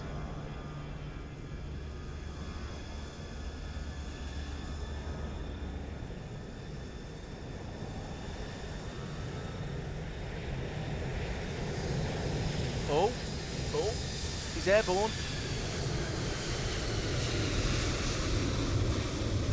Gear up. There you go. How cool is that? Cheers, Max. Thanks, mate. I wonder if that's the innie-built A321 or the fly-by-wire. Gareth, did it say it's in a Neo? Where's my rear steps gone? Oh, I was about to say. Where's the bloody rear steps gone? Yeah, he's probably in the... Yeah, I was about to say, look, Max, this is what I do. So if I go to GSX and GSX settings, customise, if I go to timings, I've got these very dense on both. So at my company that I work for, as cabin crew, we've got set times for boarding and disembarking. So an Airbus A321 takes 11 minutes to disembark and 22 minutes to board. So you can get A321neos, have 240 passengers on, and I can get them boarded in 22 minutes. So, yeah, that's why I have them on very dense, because otherwise I'd be there all day. And Sam, yeah, when the A380 comes out, make sure you change those settings. You'll be there for hours. Oh god, I'm actually looking forward to that A380 though. And now VATSIM radar, it's an A321L. Just so, yeah, it's the only build one then, Gareth. Unless it might be in the FS labs, you don't know. But I bloody wouldn't be in the FS labs. I said Gareth earlier, I downloaded the FS labs again for like the 6th time. Tried to do a flight in it, and then deleted it and uninstalled it because I couldn't do it anymore. But here we go. We're inside the airport. That he's actually done all the like banners here, which are really nice. Like as you walk up, I'd sit there and wait. Oh, Max. Well, if you enjoy that, like you want the full experience, then I don't blame you. Beautiful. I've only been to Belfast once and had a really short trip. I literally landed in the morning, went to watch Crusaders play Wolves in 2019 or 2018, I can't remember. And then, yeah, we went home. And there's our 319. That's a pretty cool sight being under it. And let's go to the Starbucks for a coffee, top level. We're going. Where is it? How do you get to the top? Oh, we'll just go up. I'll cheat. I'll cheat a little. Oh yeah, I'm here. Oh no, this is the lounge, isn't it? Ah, here we go. The Artisan. Samson's.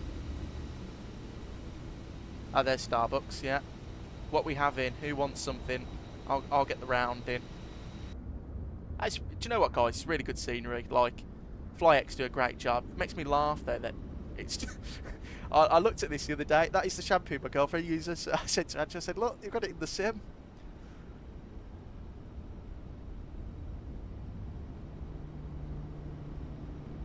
And Max gave me time to eat by Tim Hortons. That's the most Canadian thing I've ever heard. We've got Tim Hortons in the UK now, Max. I've only been once.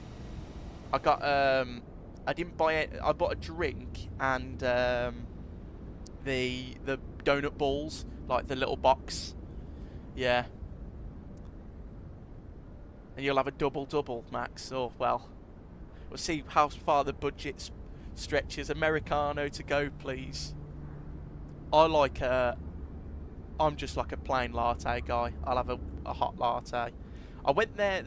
I did training with work the other week, and I went in and I said to the lady, I said, "Can I have a latte with a bit of extra milk?" And she looked at me funny, and then she handed me an iced latte, and I was like, "Oh, do you not do warm lattes?" I just wanted a warm one. Timbits, that's the one. Yeah, I had a box of Timbits. They were really nice actually. So here's the control tower. Yeah, really good actually. And then let's go to where Gareth had his work experience.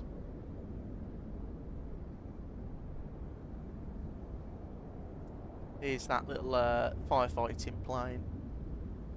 That's really cool. No, really, really nice scenery this is. I would recommend it. I mean, there's no other option for Belfast City, is it? It's just FlyX now, but they've done a good job.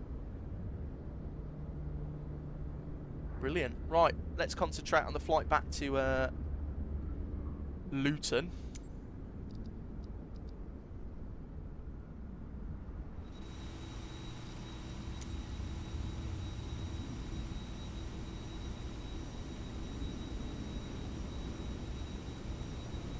That's it, that's the fire I put out. Are you there now, Gareth, setting stuff on fire? I tell you what though, Gareth, yeah, that is a really cool work experience. Yeah, not many people can say they've done that, for absolute sure. Right, sim brief. And Max, you cannot beat an iced coffee and Timbits. I just had a Coke when I went to. I'm more of like a soft drinks guy. I'm really bad with soft drinks. I love pop. It's really bad.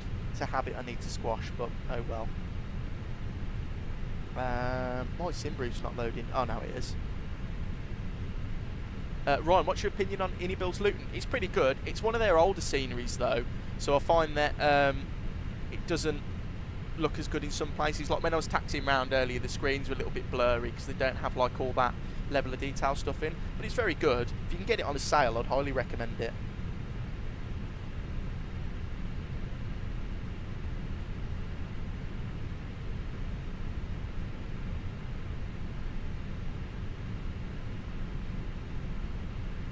Right, okay, let's go on to this, back to that, dashboard, view flight plan, that's our new flight plan, pre-file on network,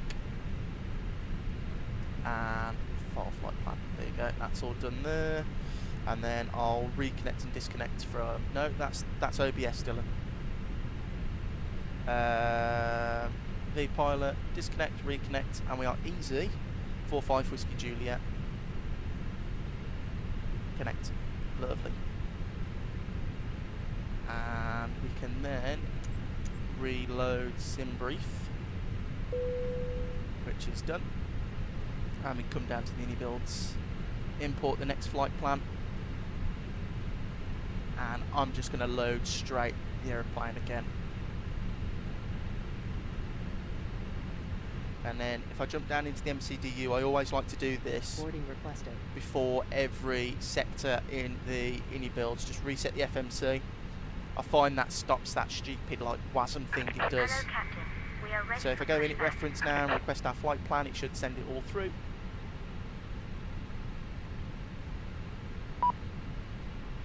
And we are easy. 45 Whiskey Juliet. Cost index of 5, cruising at 250. It's a bit Passengers strange. boarding Flight plan started. departing on Departure check 04 completed. Bypass pin inserted. on the no SID, but it's direct to Duffy, and then the arrival into Luton is the ILS 07 on the list 1 November, and that's going to be via Abbott, I believe. They're all via Abbott. No, the ZAG-1 Quebec, I believe, yeah. Insert flight Locking plan. gear. Let's have a look at that. We'll go flight director. I'll pop all those in there. So, table tennis, 11 years old. Hello, welcome into the live stream. Hope you're doing well. Good afternoon.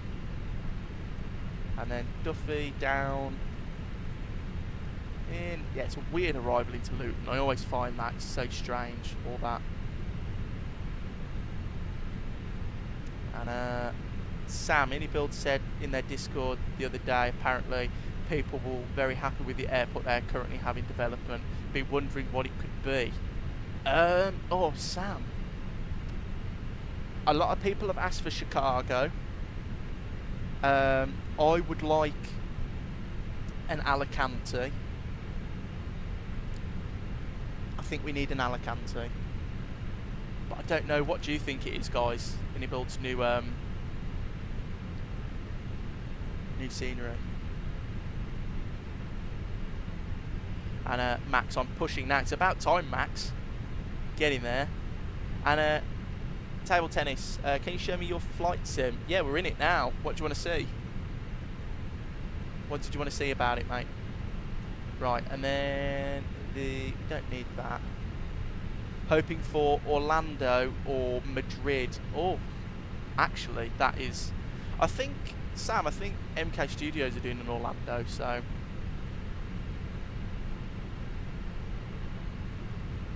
Duffy's there. So if you go, you just go direct to Duffy, don't you, after departure? It's a bit strange though. Oh well, we'll deal with that when we get there. Seatbelt sign on. Let's start the APU.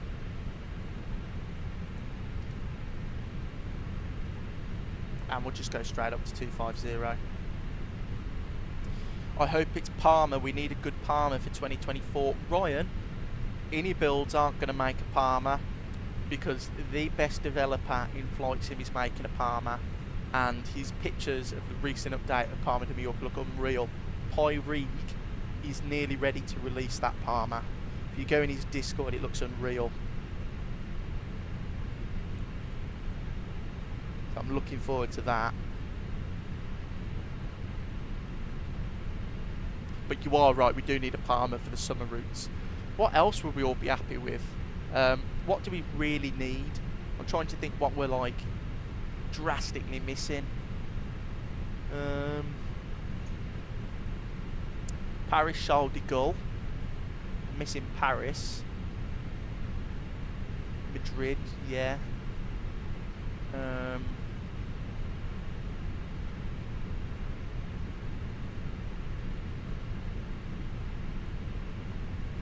Trying to think now what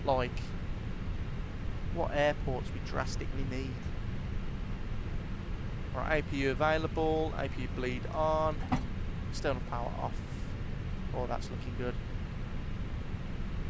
Ryan, what? I didn't know that. Yeah, Ryan, he's if you go into Discord and then go onto, if you're in our Discord, Ryan, you can links in the description. You can go in. If you go to like, or no, if you go to Pyreeg's Discord, sorry, he's got all the pictures in there, or on his Instagram as well, and they look unreal. It's literally like being in Palmer Airport. It's brilliant. And Sam, a few devs are doing Paris, I think. Oh, LFPG. Where's that? Is that Paris Charles de Gaulle? Yeah, it is. So Paris is being done by Aerosoft, isn't it? Soon, hopefully. And table tennis. My grandfather going to buy me an Airbus A320 sim for 23,000 euros. Can you open your PC for 8K and triple monitor? If you want, I can give you a link. Table tennis, you can't put links in the chat, I'm afraid. But that's pretty cool that you're getting a setup like that. That's really cool. Wish I had that much money. And Max, the 777 startup, is music to my ears. That Boris sound pack is unbelievable.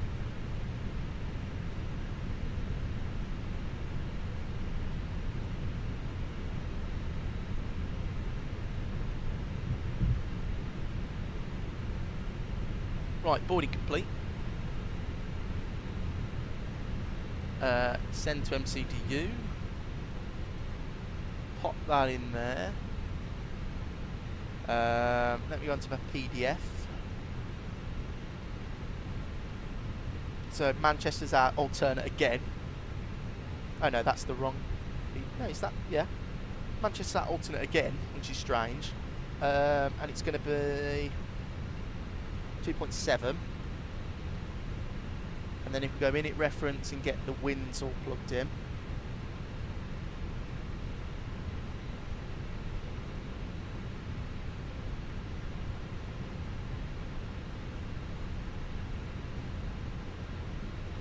Uplink that. Performance, let's go over here. And we'll go to departure, sync, full length, calculate, send to MCDU. Gorgeous, that's all in there. Right, Atsu. It's the Skolaki 320 home single line trainer. Table tennis, I've seen that, that's really good. I know Skolaki did a thing at FS Expo the other week, which was really cool. Yeah, their stuff's really expensive though. Right, flight plan on that side. That on there.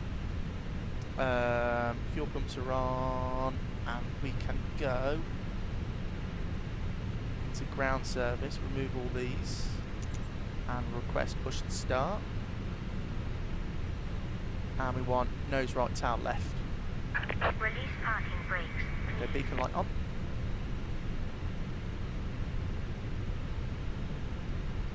And we've just got to wait for everything to be cleared up.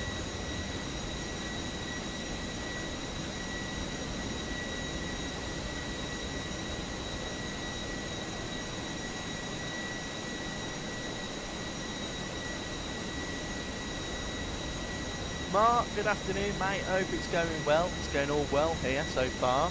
Nice little arrival into Belfast. Hope your stream was okay earlier. I was looking at your the racing stuff. You're getting me into a little bit of trouble now, Mark. So, right, let me just make sure that is connected to the camera like that. Let's rock and roll. Beacon lights on. Park brake release. Commencing Ignition push. start. All engines are clear. Start at will. And engine number 1. And we'll listen to the sound pack.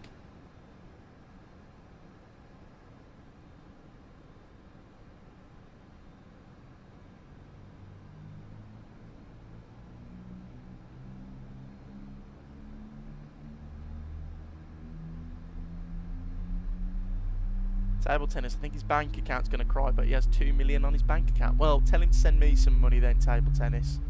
Could definitely use some in the Dillon household. Mark, yeah, blame me, mate. Yeah, it was good. Thank you for popping in and into the stream. No problem, Mark. I always try when I can. But yeah, your racing looked really good. Looked like a really good setup. Right, engine number 1 is started.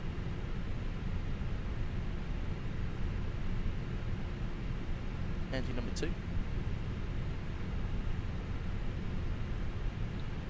Please set parking brakes. Parking brake set.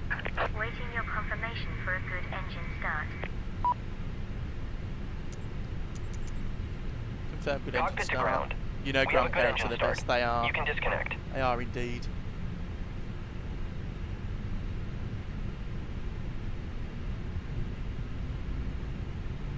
That's alright, Mark.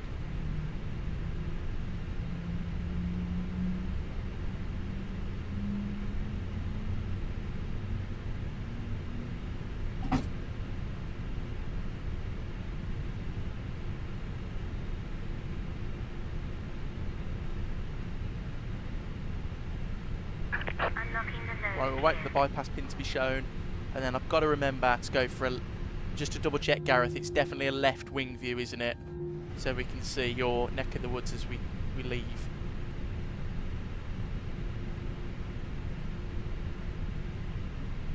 Tow truck disconnected.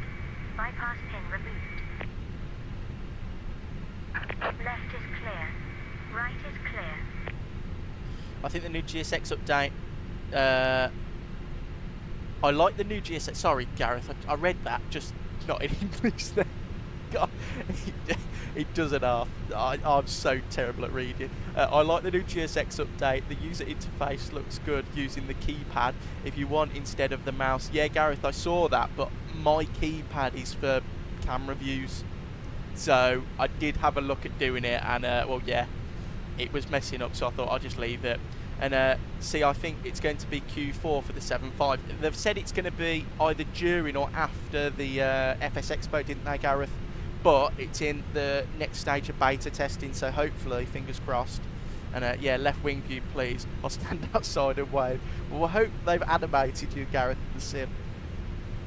Right, all that's on there. Taxi light on, downstairs, ignition norm, speed brake armed, flaps 1, flight controls. I am looking forward to that 7.5 though now, guys. There's a lot coming out very soon, hopefully. And it's going to be radio silent on the 220 by Synaptic, which is a bit worrying. And also on the update to the iFly. That should have been coming out sooner rather than later. Right, full right, full left, full forward, full back for the rudders, full left, and full right. All flight controls are free and correct. And we'll come down here. We're going to get the turn off light on, take off config, parking brake released, and a little bit of pressure, away we go.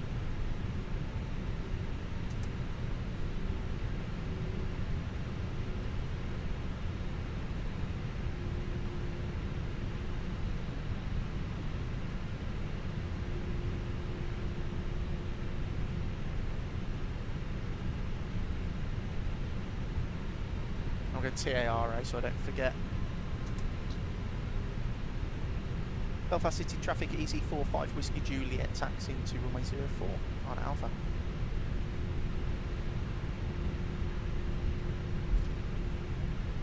But yeah, Gareth, you are right about the new GSX update. The only problem is though, It's really annoying. Every time I load into the sim and I use GSX, there's a bloody new update for it. I mean, it's good that they're updating it because it has got a lot smoother recently. I find that as well, I think there was a PMDG update for the 777 and it stopped doing that stupid door thing where it can't close the doors, which is good because that was the most annoying thing on planet Earth.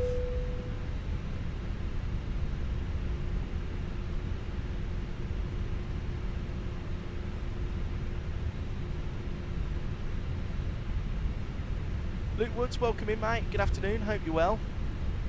All good over here, though, mate.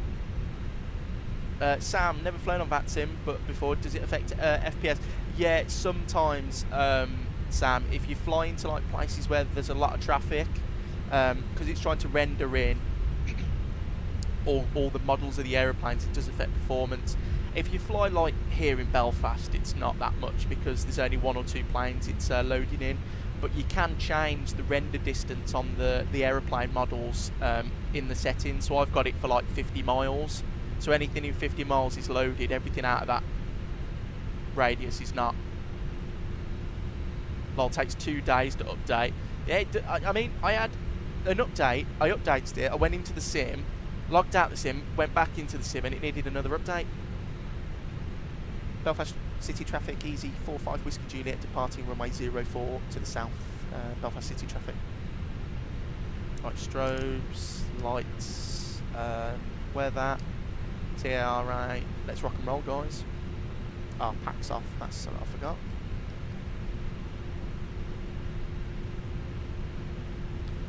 Hopefully as well, guys, soon. I keep saying this every bloody stream, but hopefully FENIX release some news about the Neos, because I would like to fly the Neos soon.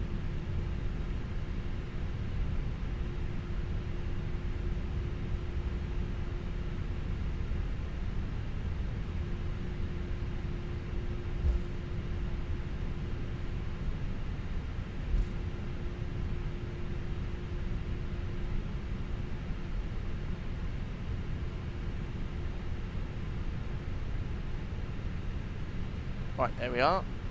So we'll spool them up 50%. Forward pressure, chrono.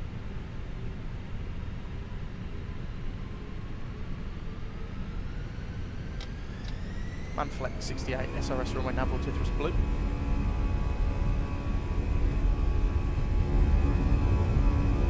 I like the IAE engines better on the CEOs. The CFMs are a little bit underwhelming. V1 rotate.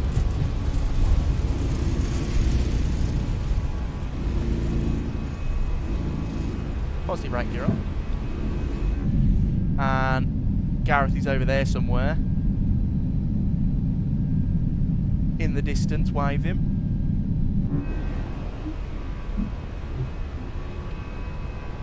Are you over there, Gareth? Or further? First climb. Pack 1 on. I'm just going to pull the head in, go autopilot. There, you're waving. And we'll go direct to Antigua. Where's that on the... Oh no, we'll go direct to Ringer. Flaps up, right, disarmed, that can go on there, and I'll pull that so we go up to cruise. I don't think the Neos will be till later this year, sadly. Yeah, me and you both, Sam. The only problem with FENIX is they announced it way too early. I like when these companies like say, "Are you just there?" I'm roughly where you first showed the mouse. There is a power station to the left side, some hills, so around there. Oh, okay, so at least we got you. I was a bit worried I'd look in the wrong place. But yeah, the Neos, like I like companies where they announce it and then 2 months later it's released. Like what indie builds do with the sceneries. I mean, like they announced they did a Liverpool, 3 months later we had Liverpool. So you're not waiting around for years.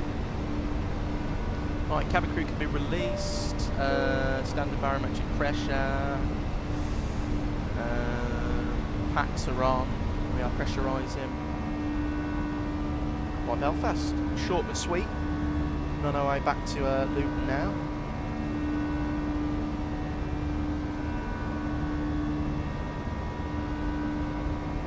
Sam, yeah, they announced it, but then decided they wanted to focus on the next flight model update with VNAV and that. Which, to be honest though, Sam, if we think about it, I'd rather it have good VNAV and them to do it properly, because one problem I have with the Phoenix is if I use any cost index other than 5, when I descend, it'll descend at like 4,000 or 5,000 feet per minute, and it just ruins it.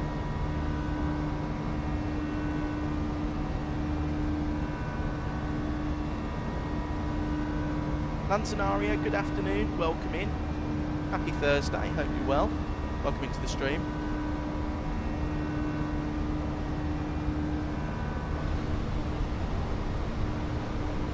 Right, what I'll do, guys, I'll pop some fixed rings in as well, so you know when top of descent is.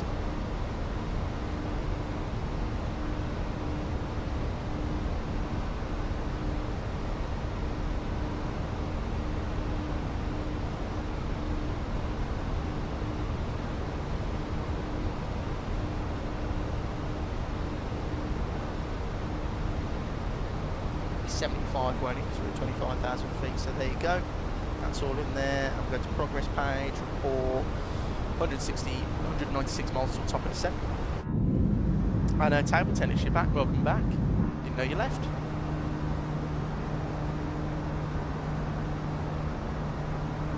Oh, well, this stream's a little bit shorter than that bloody long call I did last Sunday. That nearly killed me off. It was good fun though.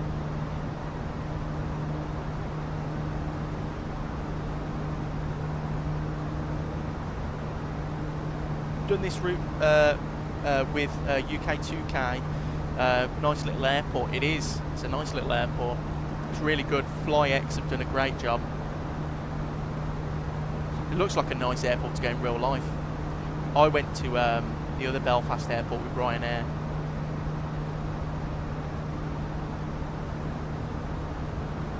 Sam, should strip Singapore to JFK in one day? No. If someone donates me £1 million, I'll do it right now. But that is the only way I'm doing that.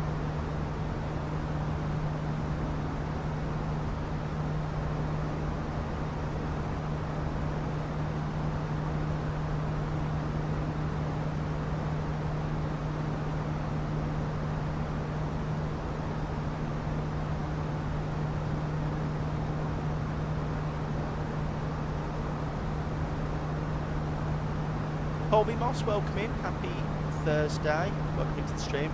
Want to know the new livery for Southwest? I've seen it. I've seen it. It looks really cool on the Max. The what is it, like 100 years of the US or something like that. US Aviation. It looks really cool. Looks really, really cool.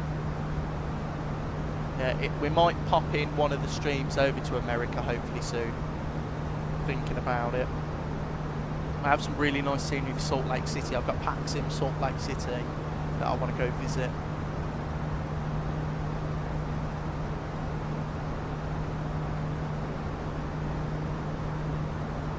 Yeah, Colby, Southwest unveiled the Independence 1, a new Boeing 737 MAX 8 special livery.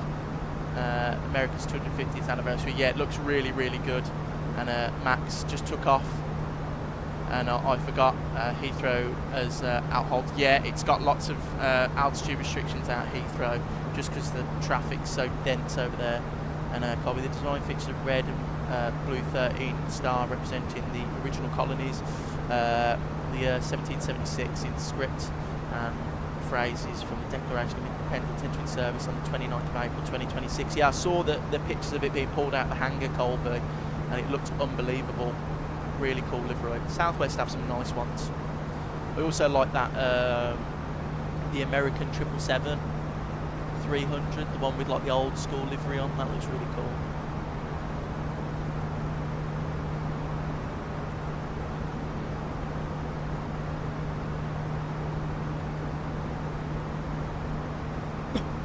Oh, sorry about that, guys. Couldn't click my mute button quick enough.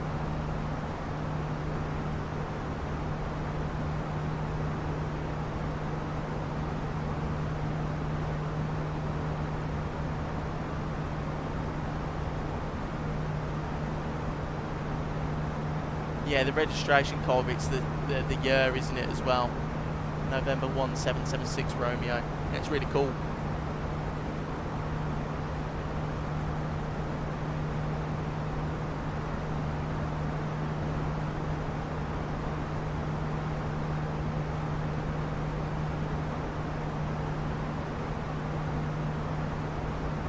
The aircraft joins the other patriotic Southwest planes, including Freedom 1, Liberty 1, to honour American history. Yeah, Colby, the Southwest liveries are quite cool. I like the, is it the Lone Star 1? And then they've got Colorado 1 and stuff.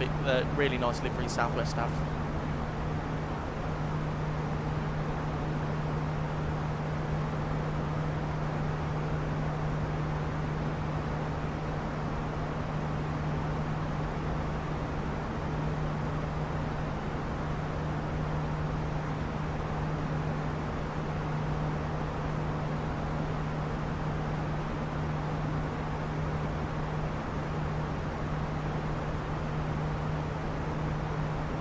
Ian Sargent, hi, sorry to ask, but I play on Series X. Am I playing Ascent by itself?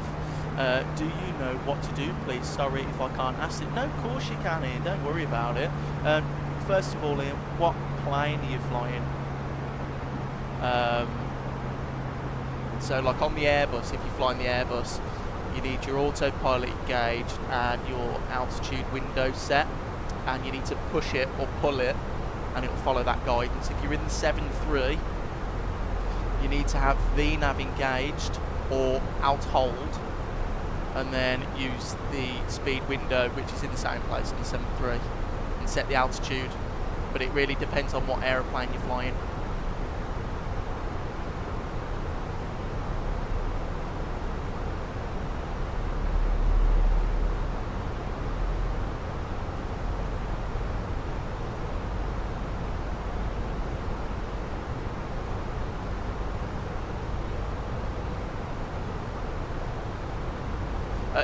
The Airbus, yeah, well, it's just this then. It's, so, we're going at 25,000 feet, which we've reached now. So what I did is I set that, make sure in your init reference page as well, so click this button here, init reference. You should have cruise flight level / temperature, so you'd put 250 and then pop it in there. And then when you take off, you can change that to 250 and then push it or pull it and it will do it. But yeah, no problem, Ian, anytime. I'm more than happy to answer any questions that anyone's got about flying. I know it's quite a daunting hobby, so anything we'll do to help. Colby, I wish they had this on PS4. Yeah, I just don't think it would run on PS4 though. It's the same with Xbox, like they don't have it on Xbox One, they only have it on Series X and S, which is a shame.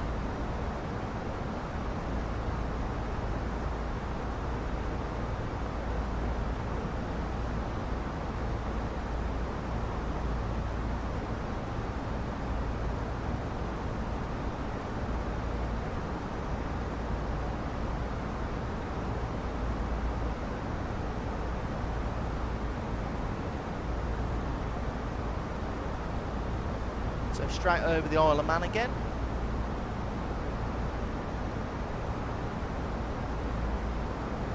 I normally play GOFS. I don't think I've ever heard of that one, Colby. Well, I hope you enjoy playing it. Anything to get anyone into flight sim. I remember when I was in year 8 or 9. How old was I then? About 13, 14. I started off using Infinite Flight on my iPhone, and then bought a computer when I was 15 and started flying X-Plane 11 or 10. No, I think I bought 10 and then immediately upgraded to 11, and I stayed on X-Plane 11 for ages.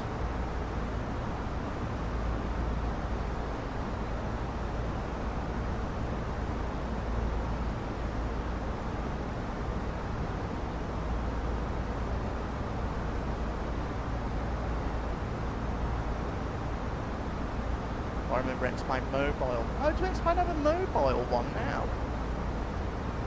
God, they're doing everything now, X-Plane, aren't they? Everything apart from fixing X-Plane 12. There's the Isle of Man. I'm assuming that's the airport down there.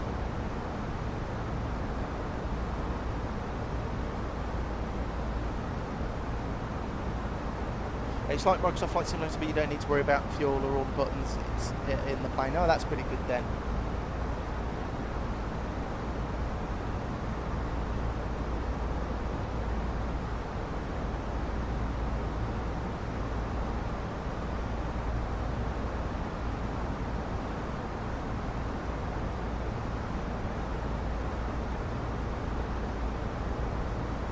Scenario, it was pretty much X-Plane 10 but for mobile. That's really cool how they got it to work on a mobile. Yeah, I remember downloading my first ever add-on for X-Plane was the JAR Design A320 in X-Plane 10, and then I went to X-Plane 11. I left flight simming for a little bit while I concentrated on school.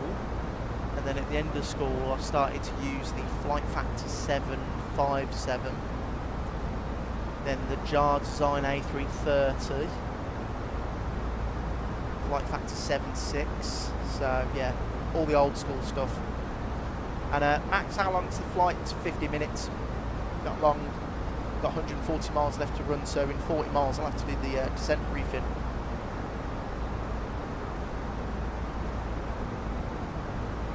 Yeah, the good old days of X-Plane 10 and 11. I can't believe how far the Sim's come now. And there Colby, no problems in a bit.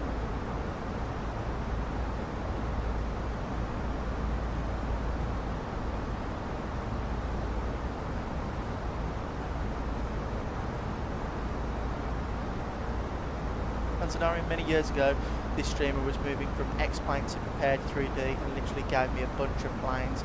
I remember the 75, 76 and a few others. Yeah, the days. Do you know what?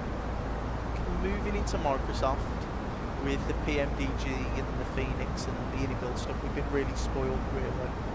I mean, I remember when I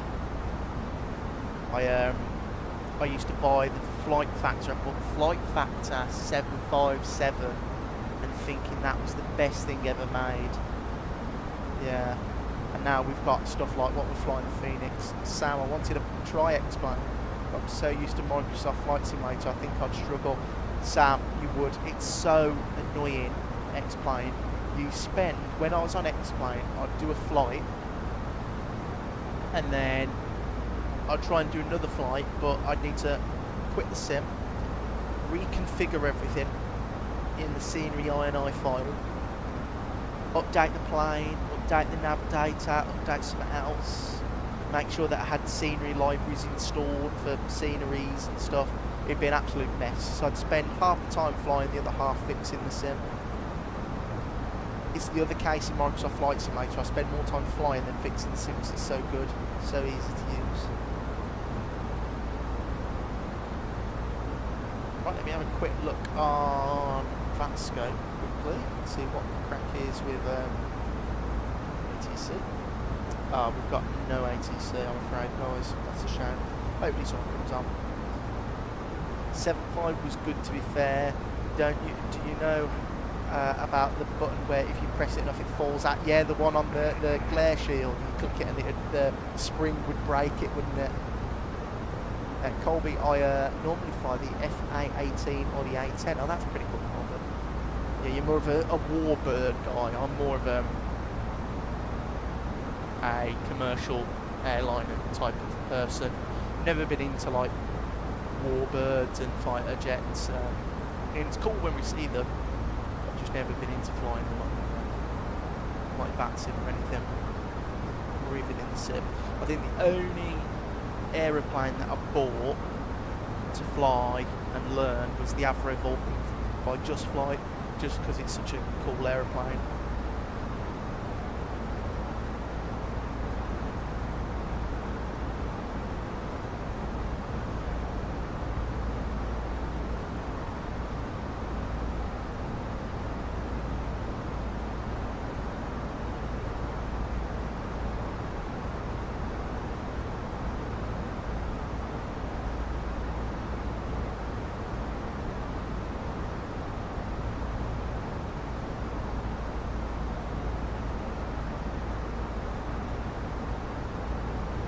tell you what plane I do miss flying from X-Plane, the Fly JSIM -8Q400. That's a plane I miss. That was really good in X-Plane. Saw the Vulcan at the Air Museum near Edinburgh, same place with the Concorde. Yeah, I love the Vulcan, such a cool aeroplane. I was lucky enough to see it fly quite a few times before they retired it. And every year my granddad used to take me to RF Cosford for the air show for the Royal Air Tattoo. And the Vulcan used to be the star of the show basically. It used to be unbelievable. And Max, do you ever do career mode? No, not really, Max. I've looked at it, but I've never been one to try it. I was thinking people might want to see it, but I don't know. I'll have a look into it. But I've never even stepped foot in the career mode. Sam, I didn't play flight sim for years before 2020. Last one I flew before then was FSX. Couldn't believe how far the sim has come. Still can't believe it, to be honest. Me and you both, Sam, it's unbelievable. Like, even the small jump from X-Plane 11 to Microsoft Flight Simulator was so big. And like, if you look at the quality of aircraft coming out now, I mean, I did a review was it last year? When did it come out? Check the channel. X-Plane, so in X-Plane, Flight Factor said that they were going to release the 777-200 version 2. It took them 10 years to do this aeroplane. And I remember when they first said about the upgrade, and I only reviewed it last year because it came out last year. It was unbelievable. So yeah. And the 777 version 2 by Flight Factor is pretty good as well. Gareth, yeah, career mode doesn't do it for me either. Yeah, me and you, Gareth. If you guys want to see it, I'd be happy to try it, but it's not really my style, to be honest. Max, it's okay, but could have been better. Yeah, I heard some people, a lot of the planes that come out aren't in it, are they?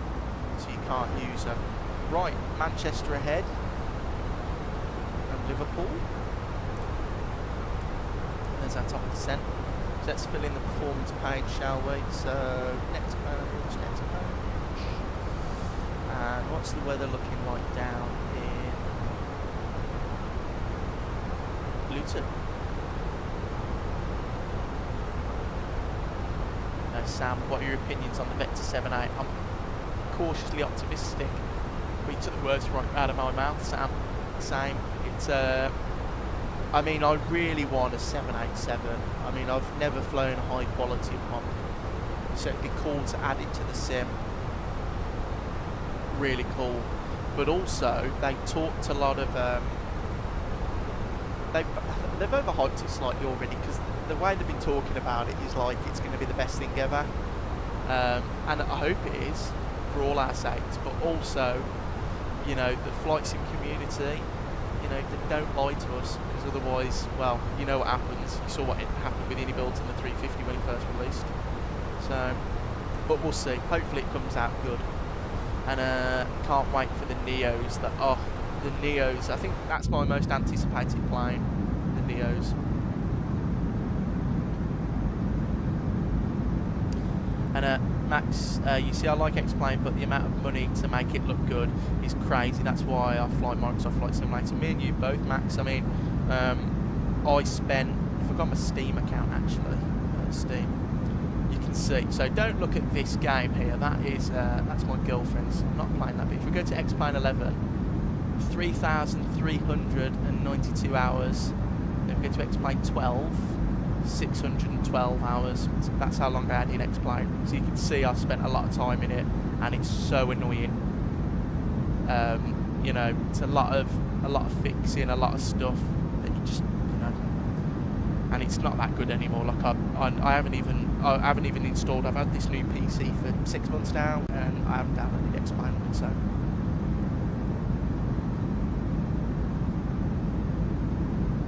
Yeah, how do we have a 220, a TriStar, etc., but not a 787? And Zaria, me and you both, like the 7A is such a popular aeroplane. I thought it would have come out quicker. Do you know what though, guys? What do you think PMDG are going to do now? Because I'm sure that was their secret project in the next 5 years.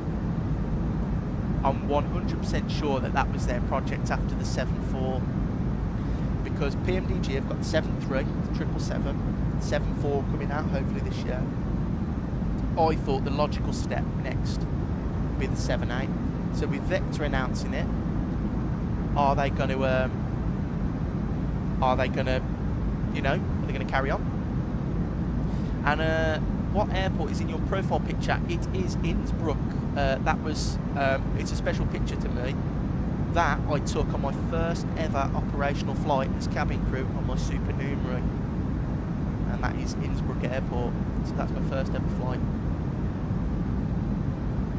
Max, you think Phoenix should discount the Neos if you own the rest? No, they're not going to discount them.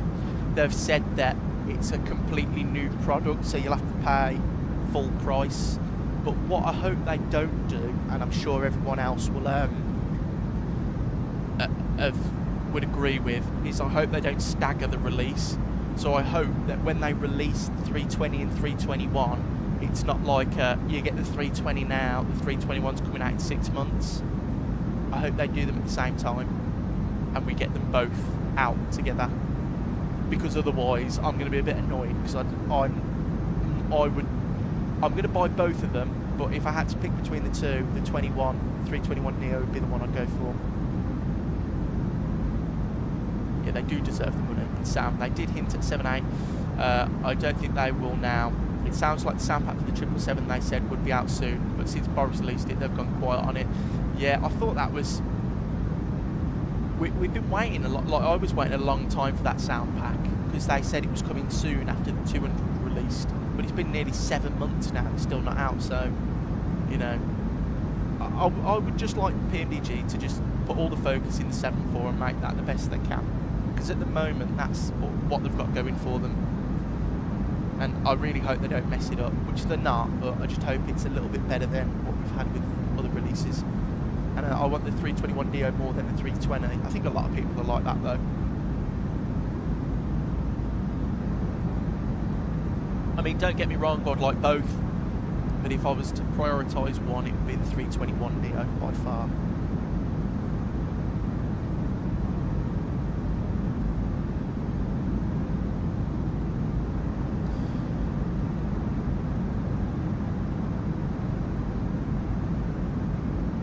We have got a hell of a lot to look forward to this year. I'm hoping it all comes out this year and it's not like staggered into next year and the year after, which it probably will, because that's flight sim for you, but hey ho.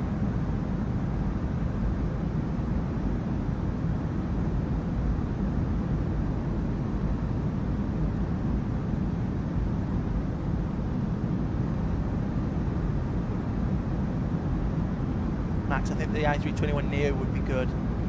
I think, Max, that's what everyone wants more, because it's the more popular model, isn't it, at the moment? I mean, every airline I know, you go to America, all the airlines' new aircraft orders are 321neos. You go to Europe, all the, you know, EasyJet, Jet2, Wizz Air, Lufthansa, Iberia, they all fly 321neos now. So I was considering getting the FS Labs just for the Neo, but I've heard so much bad things about it. Sam, save your money, please. I was one of the idiots who bought it straight away, and it's the worst flight sim purchase I've ever bought, ever. Absolutely disgraceful. I actually reinstalled it last week because I was desperate to fly the Neo, and I loaded it up and tried to set up a flight, and I give up halfway through.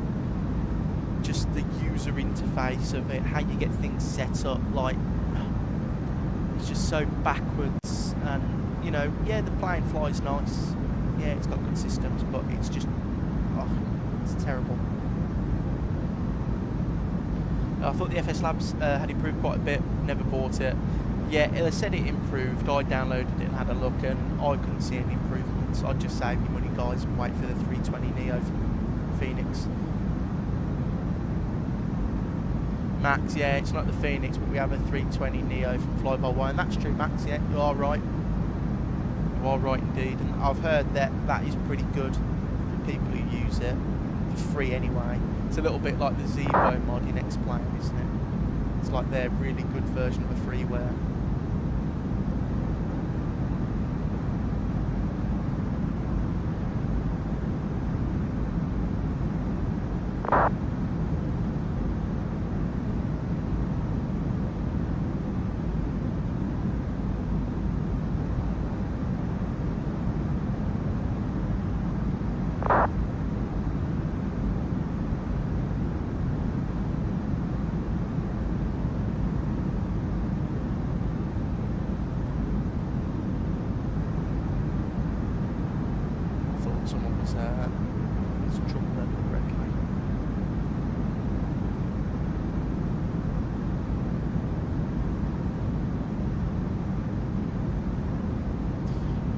this year I'm looking forward to the 7.5, the 320 Neos more, 321 Neo, the 7.5 by Bluebird.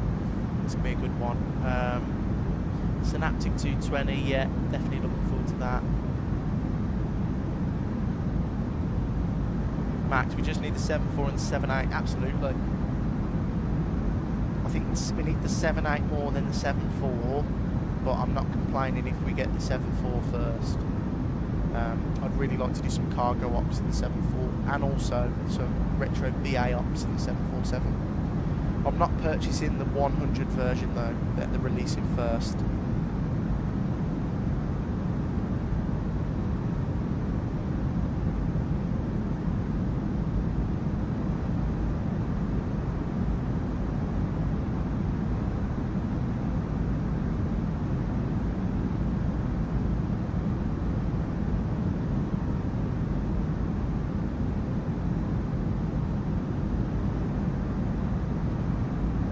I've only been on 2 Airbuses, 2 Thomas Cook A330s from Glasgow to Orlando and back in 2018.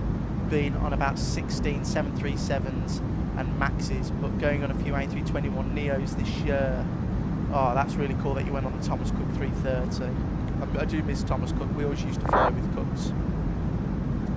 But yeah, the 7.3, I mean, well, I always fly on the 7.3, it's my bloody job, so. And who's that with? Tanzania. Who's the 321neos with? Where you going, nice. Nearly at descent, guys, nearly there.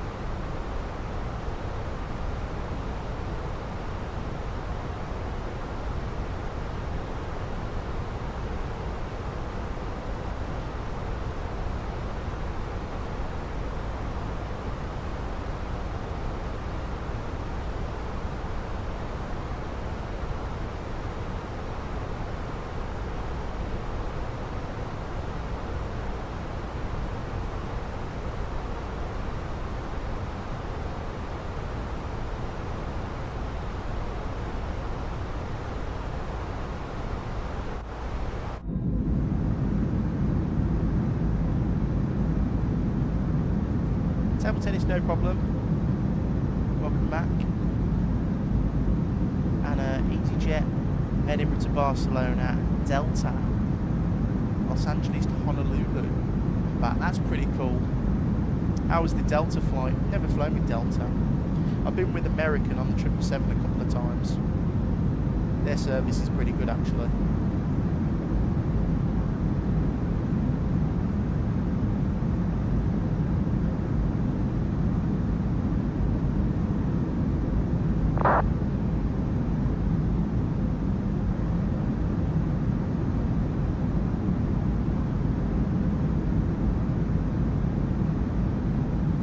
Sam, so in the Phoenix, would you recommend a cost index of 5 then? I've just started a flight and it's defaulting to 60 on sim brief. Sam, definitely.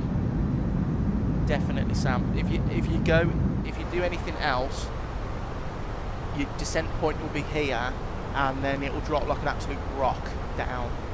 And it's stupid. Doesn't make any sense. And table tennis, why did you pick EasyJet? Because that's what the real flight is. It's EasyJet from Luton to Belfast City and back. So we're doing the real flight with the real aeroplane. Not done any yet. Barcelona is in August and Honolulu is in October. Delta looks pretty good to be fair. I really like the livery. Yeah. Well, have a nice couple of holidays then.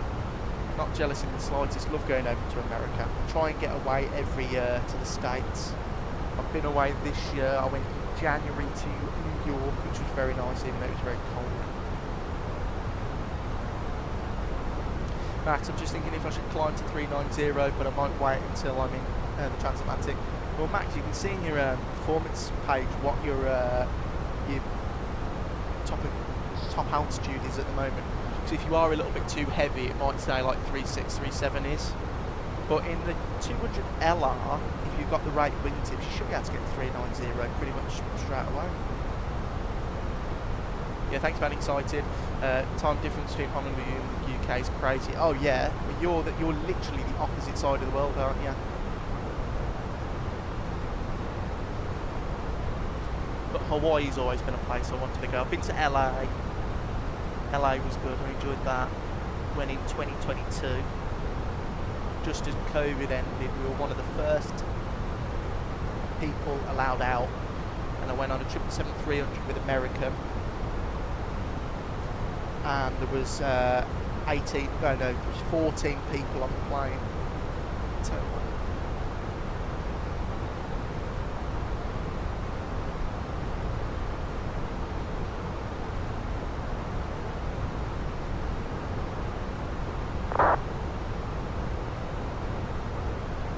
And then on the way back, we came back with VA on the 777-300.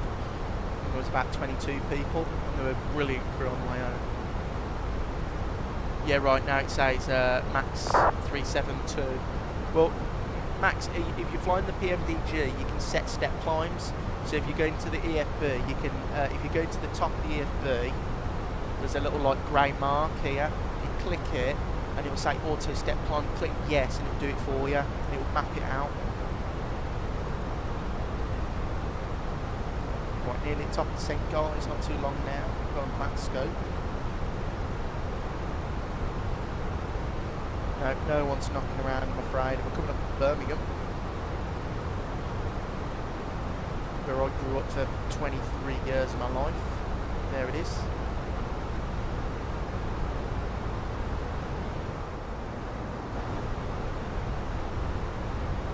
We are flying KLM firstly, Aberdeen to Amsterdam, then out to LAX. Same way back, 787-10 over the Atlantic. Oh, well, that's nice, 787-10. I've never been on the Dreamliner in real life. Been on TUI 787 last year to Cancun, looks funny as it's so short. Yeah, yeah it does. Do you mean the Dash 8? Not the 10. The 10's quite long. It's the 8 that looks stubborn. Max, never knew that. Thanks, no, it's alright. Anytime, Max. Yeah, there's a lot of stuff in the EFB sometimes that a lot of not people know about. Yeah, I knew what you meant. 78-8. Yeah, I've never been on one. I used to always see the TUI 78 when I used to work in Birmingham. They used to go to like, they used to go to Orlando. It wasn't Orlando. They used to go to, is it Sydney? Stanford, Sydney. Because I used to look at it and go, where the hell is that?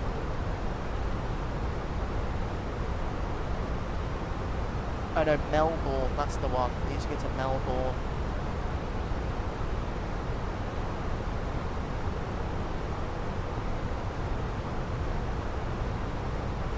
Table Tennis, can you next live stream and fly the A380/A350? We'll see, yeah. Absolutely, we can do that. Well, actually, no, Table Tennis, not for a while, because we threw the 350 last stream on a long haul. So probably not for a while, but definitely eventually. Yeah, Melbourne, yeah. Really strange flight. I think they did that to save money, didn't they, from a correctly.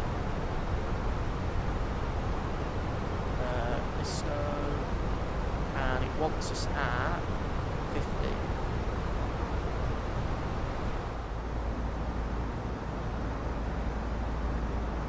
Start sending in a minute over Birmingham.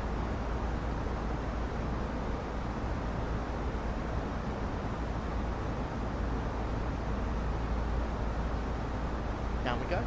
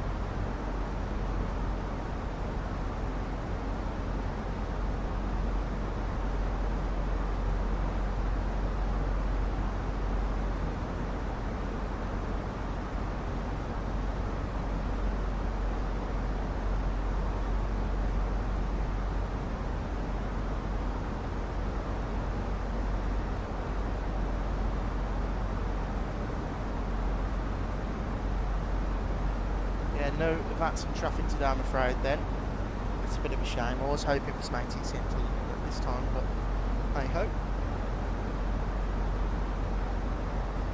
It is what it is.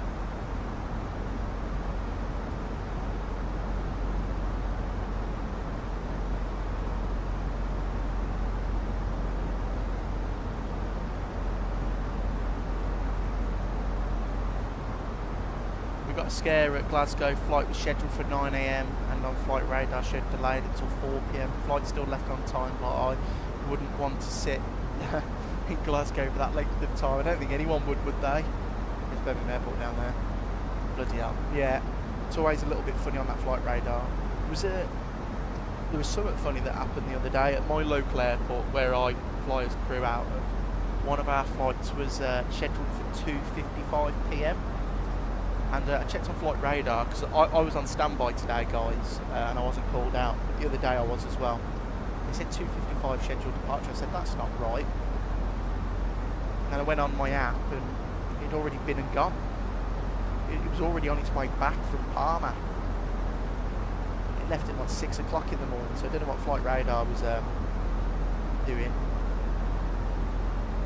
I have for you a challenge. Go with the A320 and land in live with 50 knot crosswind. We did that table tennis the other week. There was storm whatever in my Liverpool stream in the 319, and we had a gust of 50 knots from left to right. It wasn't very fun, but we got it down. And Max, have you got GFX? No, not yet. I'm not going to buy anything, Max, for until next week when Sim Update 5 comes out. Just so everything's like updated properly, because otherwise I think Sim Update 5 is going to cause a lot of problems for a lot of stuff that we use, which is a shame, but hey ho.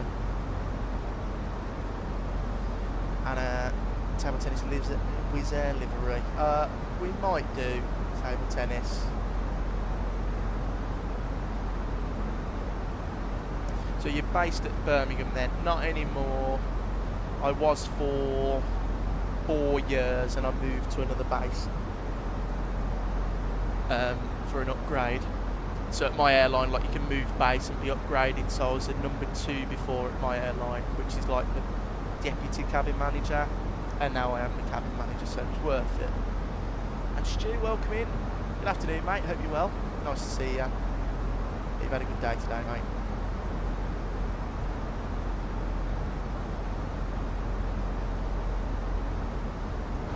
Right, let's jump into the flight deck. This approach is so stupid. So what I'm going to do is I'm going to direct to Zagzo. Insert that.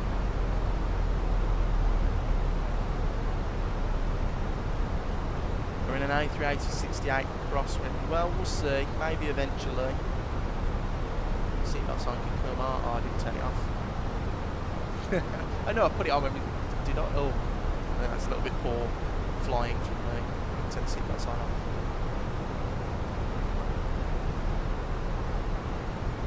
It's going to be hard with 60 crosswind. I don't think you can in real life land an A380 table tennis with that crosswind. I think the limit's 40. Max, yeah, so I'm in charge of like the safety on board, so I do like a briefing in the morning or whenever we fly, so I brief the other crew members. I have to ask them a question and they answer it. And then for the day, like, I'm in charge of all like the services and PAs and any passengers that need assistance, all the paperwork, liaising with the flight deck. But yeah, it's a great job, it's so much fun. And Stu, yeah, just got home from work, then heading to the mums to do some gardening, not in the mood. Oh Stu, it's always the worst when you get home from work, you've got to go do something. It's quite annoying. And Jamie, welcome in. Happy Thursday, welcome into the stream. Loving the stream, mate. Can't wait for the Neos. Well, thank you for the kind words, really appreciate it. And me, the Jamie, it's a plane I think we're all waiting for. But I think it's going to be far further away than we think, sadly.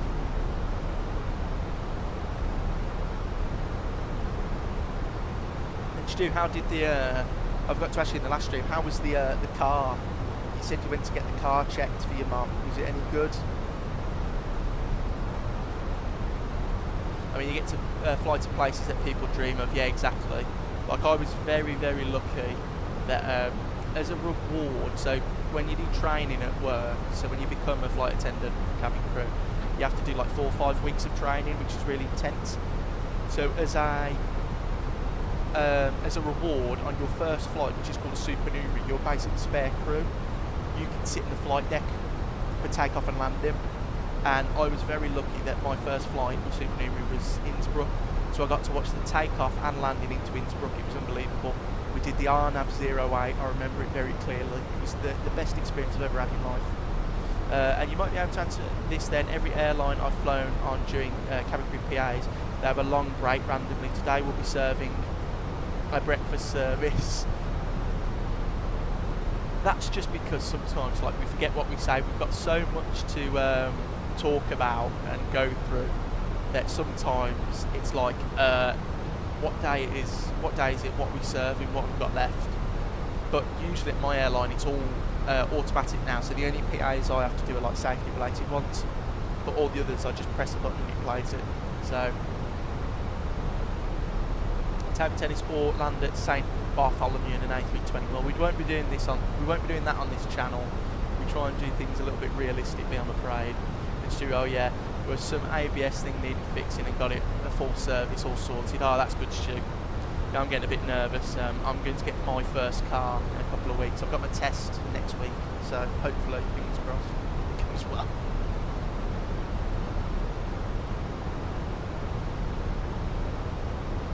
Right, 1022 is the QNH.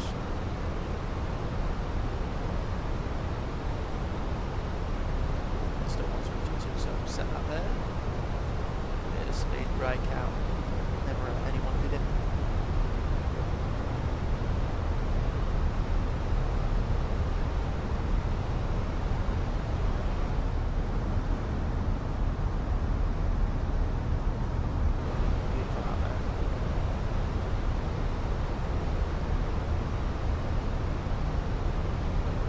Yeah, got a good look on the driving test next week.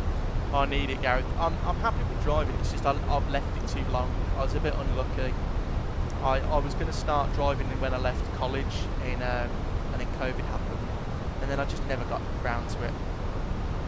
But yeah, Jamie, are you BHX based, mate? Not anymore. I used to for 4 years. I was, Jamie, but now I fly somewhere else. What flight level are we? We're descending through 12,000 now. Table tennis. We've got 73 track miles to run until we're down. Sure you smashed the test. I bloody hope so. I need to start driving. The thing is though, I was a bit lazy in Birmingham. To get to the airport, it's very easy. And now where I live, the airport's miles away, so it's quite difficult to get to. So I need to start driving. Plus it'll just be better so I can go around it. You know, places easier. Jamie, that's my local airport. Oh well, I've probably flown you somewhere, Jamie, if you've been on holiday recently. Or in the past 2 years, or 4 years, sorry.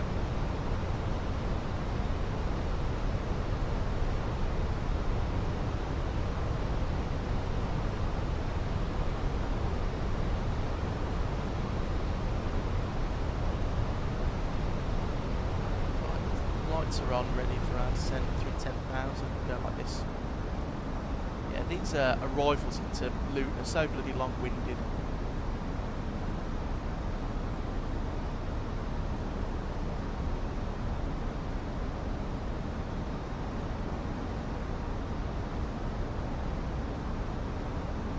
And let me just check the pilot. We are still connected up. Yeah. Yeah, it's just very quiet this time of day. I suppose it's only 240s.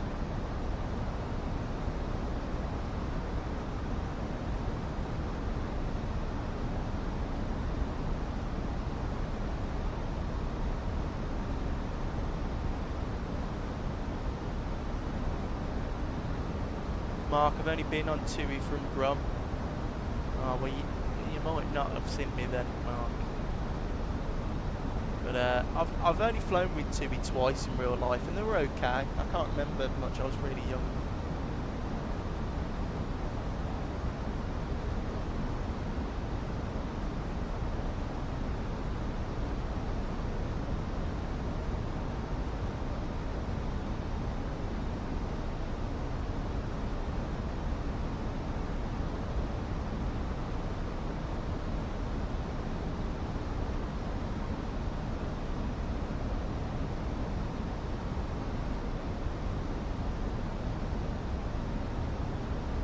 Max, I'm doing this flight offline today. I don't think I could deal with ATC.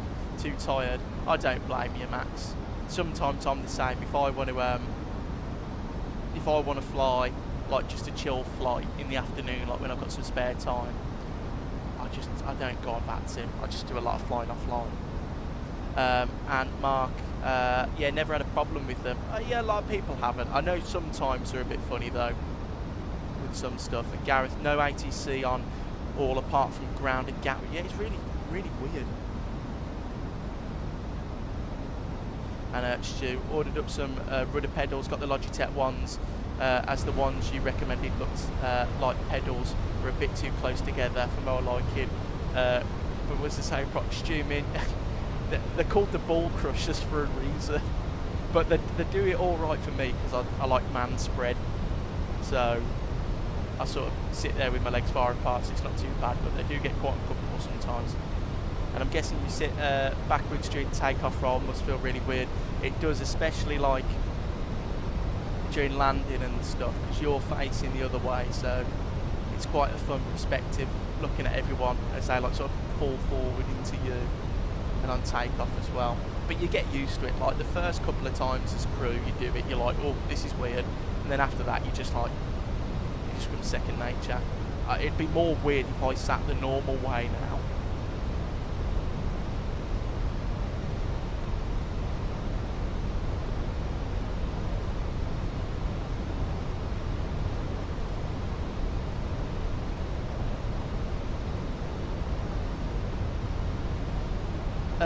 Max, so is there a way to turn off other players, or is it all online? Max, are you still running that, have you got online thing? So, Max, if you go into the settings, you can turn off online players off, so you don't see anyone. That's what I've got. Yeah, I don't like flying with online people on, like, just the Microsoft servers, because that's just, well, a recipe for disaster, really. Table tennis, when do we land? 50 miles, so 10 minutes.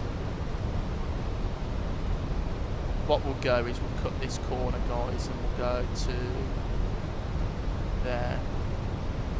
Insert that.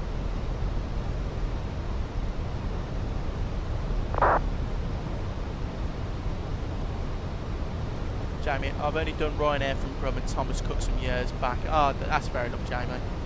I used to fly with Thomas Cook a lot when I was at Birmingham, when I was a kid.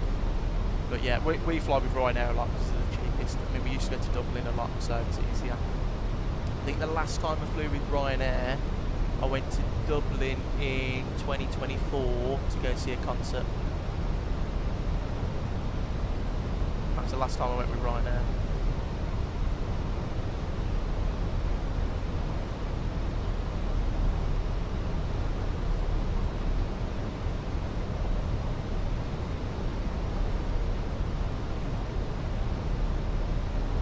Oh yeah, it's very annoying when I'm taking off and see someone just pause through me. Yeah, Max, that's the same as me, so you can just turn them off in the settings.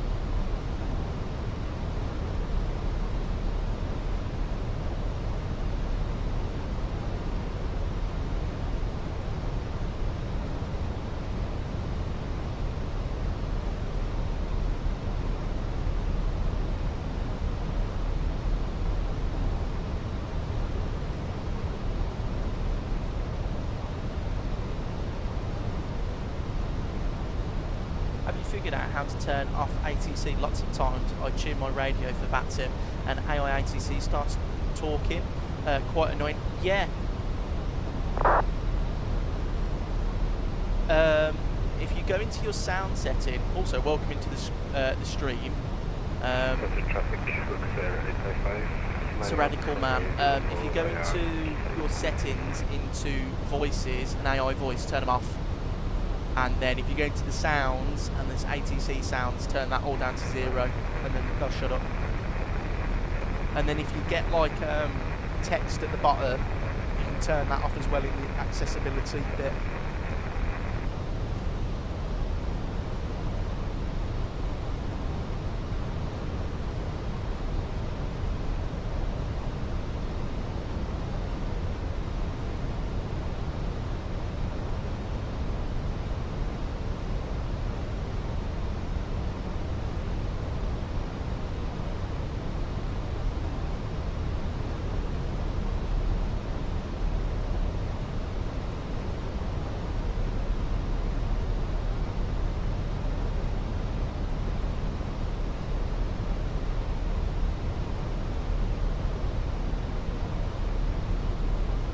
Table tennis, how old are you? I'm 24.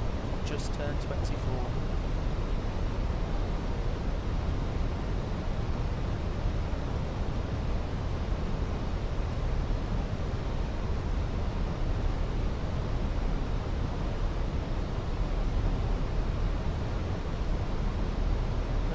Let's have a look at the charts.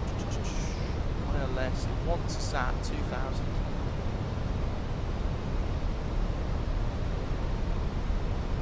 Turned it off now because my buddy told me it was all online.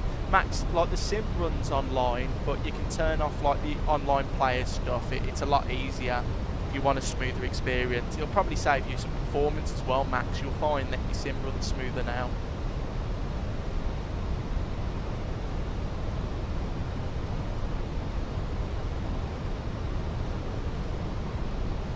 Right, that speed's getting too low. I'm going to go to right, no, he wants 185, so I go flaps 1, and we will go to 190.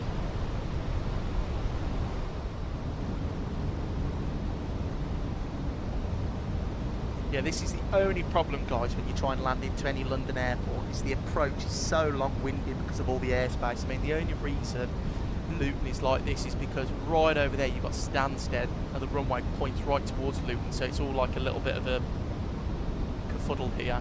And then you've got, you know, over here London City, Heathrow, Gatwick, so it's, and then behind us we've got, you know, Birmingham and East Midlands. It's a bit annoying.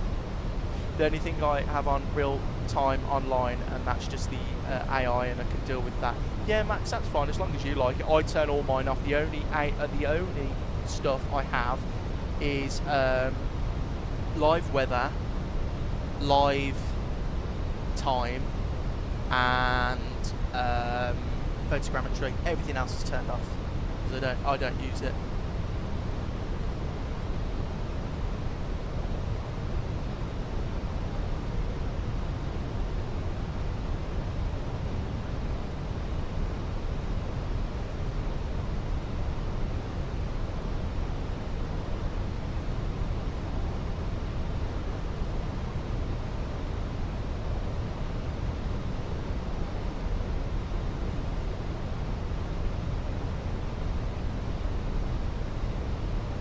Check VATSIM to make sure there's no like ground control on a loop or something.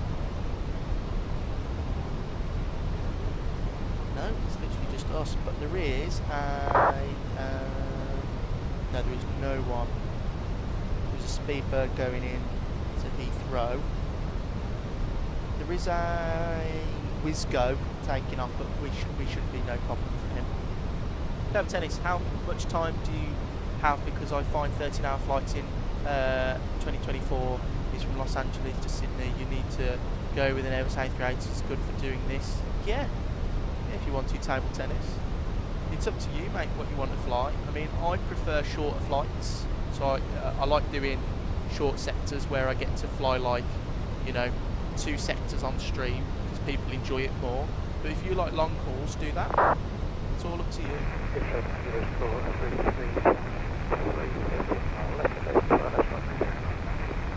Unreadable. Max, I only kept it on so I can see the AI, so the airport's not dead. Max, yeah, that's true. Yeah, that is true. because when I fly offline, that's the only problem. You arrive at like Heathrow, and there's nothing. And Stu, see the fixed rings you do? I pretty much do the same as yourself, but I also add the runway centre line. Good when you're being vectored, I found on the occasion. Yes, Stu, I always usually do that, but it depends on what approach I'm doing. Like if I'm flying an approach where it's like offset, or like Madeira's one, I always do it. But when you're at Luton, I just leave it. But when I fly in real life and I go in the flight deck, they always do an extended centre line all the time. Table tennis, see you later, mate. Take care. But yeah, it's just a good idea, Stu, if you do that. Like you say, you know visual references then where you are.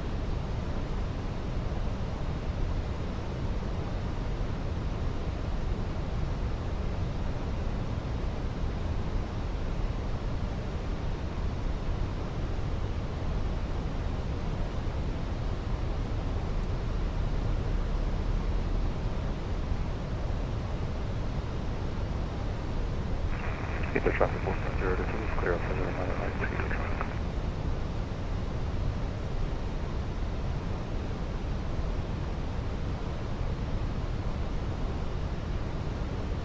Go to the performance page now. I've activated that. Yeah, that's fair. Just noticed in your roads video we had the same apart from that. Yeah, Stu, it depends. If it's an ILS, I sort of leave it, but if it's not, I always add the extended centre line. Like you say, it's better situational awareness.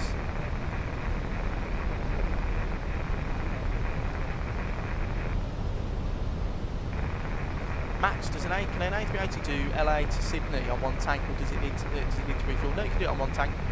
Yeah, it's not even like the maximum range. You can do that quite easily, Max. They do it quite often. That is one of Qantas's A380 routes, that is. From Sydney to LAX. Right, here we go, about to set. Speed 6 on 3 miles line of the 1-way left. I use FSLTL traffic injector when offline, it's good. I might start. Oh, Stu, how is it okay now? But I saw that flight radar stuff has affected it, hasn't it? Or is that something different? Have I made that up? 2,500. Approach mode, second autopilot. Luton traffic, EZ45, Whiskey Juliet, establishing ourselves on a 13-mile final for 072 Luton. Luton traffic.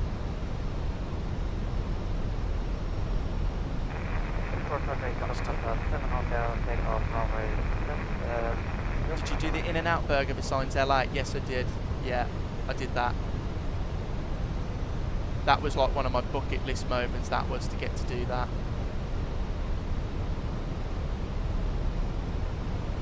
Really good. Ghost Max might have to do that then, that's fair enough.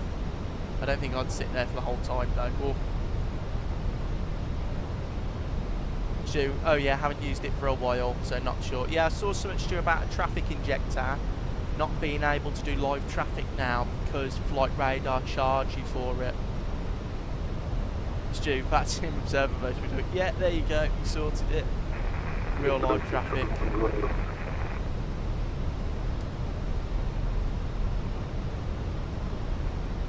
Yeah, sounds funny, but it's the one thing I want to do most. Yeah, that was mine. I said to my, because I went with my grandmother, my nan, and I said, can we go and plane spot this burger place? And she went, what do you want to do that for? And I went, we're going, it's all I want to do, please.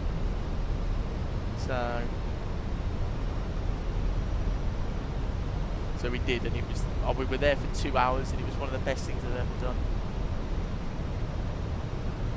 Sit there, had a double cheeseburger, animal style fries, a vanilla milkshake and a Coke, and sat there for 2 hours and watched the planes coming on 2-4 right and left. Was it? Always good. For traffic, Delta 7 Hotel, M1 runway 09, I'll ride on the booking spot.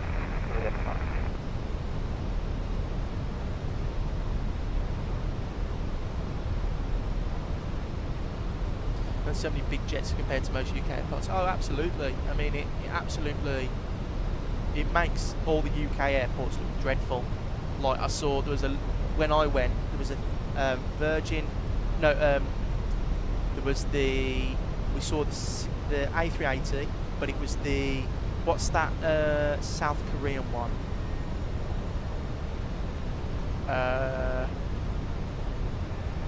Is it Air Asia, something like that? So we saw that, that was cool. I saw a 747-8 from Lufthansa. I saw a lot of cool stuff. I'm trying to think now what the cool stuff I saw. Apart from the usual stuff. No, not Korean Air, it was Air Asia or something. Not Korean Air, but the South Korean one. I'll try and get a picture of it. Gear down, speed window in.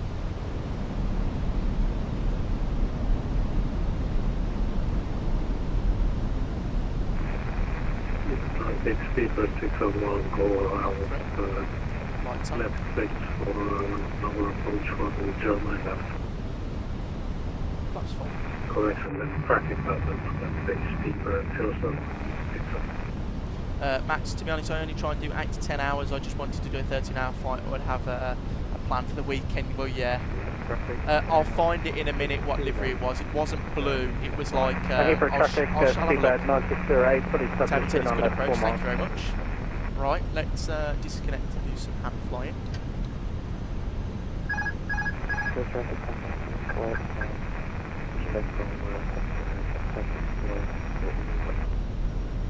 Luke traffic, easy 45 Whiskey Juliet, short final, runway 07.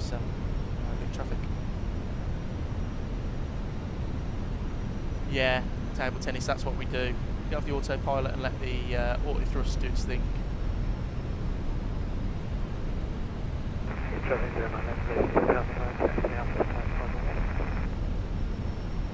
So hopefully we had an alright approach into and landing into not Bristol, Belfast, which I was surprised about. And so hopefully we can keep the stint up at Luton, getting a bit low on glide, that's my fault. Stabilising, put auto thrust, kick in.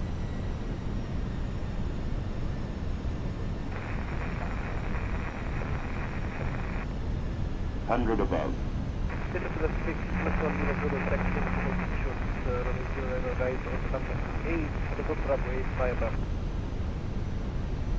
Minimum. Continue. For is taxi from 090, holding short of November 10, equal traffic.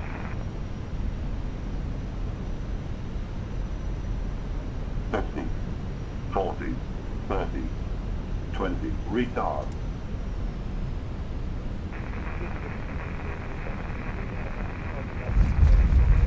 Speed brakes up. Reverse is green. This is 614 correction, holding short of November 8, equal traffic. Slightly a bit off centre line, but I'm happy with that. Right, reverse is in. Kick the auto brake off. And we can vacate.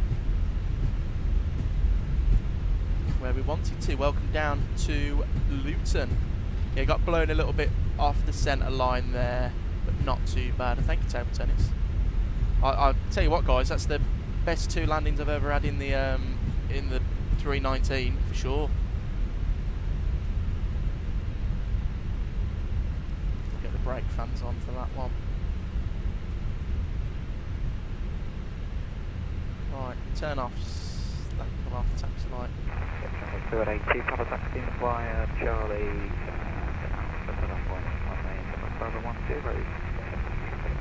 Goes Max. Wait, you keep the auto throttle on all the way. Yeah, in the Airbus, that's what you're supposed to do. Click the speed in and you leave it in manage mode and it just does it for you. You just need to activate the approach phase and it will do all the speeds for you. Here for traffic, speedbird 9608, we are clear of runway 09 left.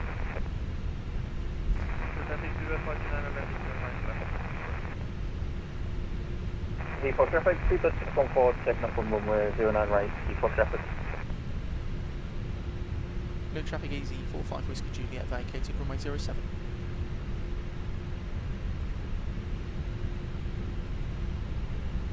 Start the APU, go this to off, that, flaps in, and clear that there.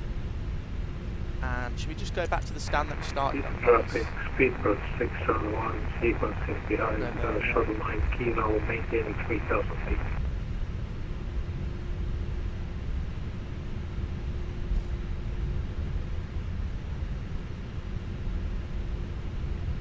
Max, yeah, good to know. Next time I fly the bus, yeah, it's a weird thing. I was always the same, Max, when I got into Airbus. I always used to disconnect it because I thought that's what you're supposed to do, but no, you keep it in. It's really strange.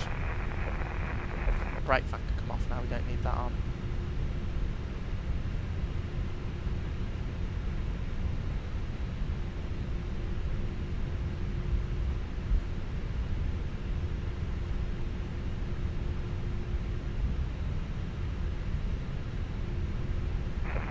Shuttle 9 Kilo, please Oh, maintain Leighton, welcome in, altitude. mate. Good afternoon. We And have sorry, caution below you, no, this is the last one. We're done.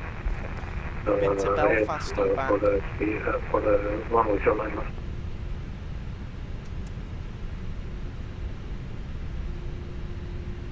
Every time I fly into Luton, I've been to that stand or the one to the right side of it. Follow the IRL flight. Stu, me and you both, I just checked the real one, pushed back from that one that we run at the start, and then it hasn't landed yet because it's only just taken off from Belfast. So some airlines like Edelweiss quite often disconnect it, but I'm pretty sure with BA they never disconnect it. Yeah, I think it's a Lufthansa group. The Lufthansa group, the way they're trained is they disconnect the auto throttle. And Max, yeah, sorry mate, it's already over. Yeah, we're about to finish up here. But I've got quite a few videos scheduled for next week, guys. Like I mentioned, sorry, but no stream Sunday or next Thursday, as I am really busy with family and friends who are coming down to see us. But I'll be live in a week on Sunday, and we can do some fun ops there. That makes 3 of us. Every flight I do from Luton is always from that stand. Well, there you go then. It's weird out. I think this is just the EasyJet bit though, isn't it? So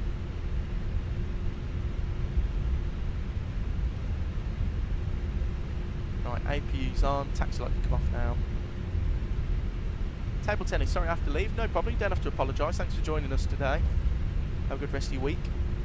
The traffic for taxi, those are out of our exit stand to the holding where we should remain.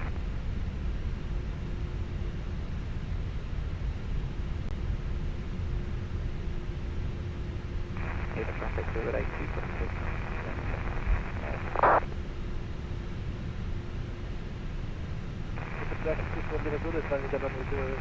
Right, let's try and get all the zeros, shall we? So give it a bit of full right.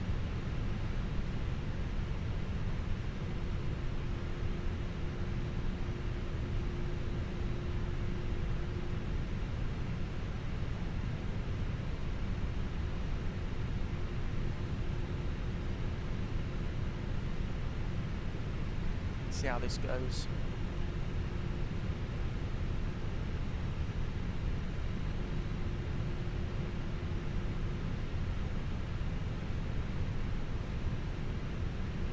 Nearly there, come on. Oh, that'll do. Parking brake set. APU is on, engine's dead. Beacon light off, seatbelt sign Air off. 16 Kilo, on final, 7 knots, out, Deboarding. And that is 07. us all done. Open traffic. All the zeros and a dancing rampage to top it all off. Gareth, you are 100% correct. Sadly, we've got 0.1.0.1, so no dancing for me today. And Max, I really need some real I really need to do some real EasyJet ops, but I need to learn the plane. Yeah, the Airbus, Max, you'll get the hang of it. It's one of those aeroplanes, it'll come to you. It will. You just need to put the effort in to try and learn the systems, but once you get the hang of the Airbus, it's a pretty easy machine to tackle. And welcome down to Luton, guys. That was a pretty nice stream. Nice couple of sectors under our belts. 2 good landings. Happy with those in the Airbus. And we're back exactly where we started. So once again, guys, not live Sunday or Thursday, as I'm with family and friends who are coming to see us. But I've got quite a few videos set for this week and next week. But if you want to suggest any flight routes, or if you want to suggest the flight that we do next Sunday, leave them in the Discord. Flight route suggestions, I'm going to get through them slowly. And lads and Aria, alright, have a good rest of your day. We'll try and pop in the next stream. No problem, mate. Gareth, great stream, mate. It's been fun. Thank you, Gareth. To everyone else who joined me today, thank you for all the likes and the support recently. I really do appreciate it. Thank you for helping me hit 2,300 subscribers. I can't believe you guys come and watch me fly planes. It still baffles me. But thanks anyway. Have a great rest of your week. Enjoy your weekend. I'll be back very soon. Stay safe, and I'll see you next time. Goodbye. Thank you, Max. Have a good rest of your day too. Anytime. Nice hanging out with you too. Should we watch before we go this aeroplane landing? Sorry, I just seen him. Let's judge his landing, shall we?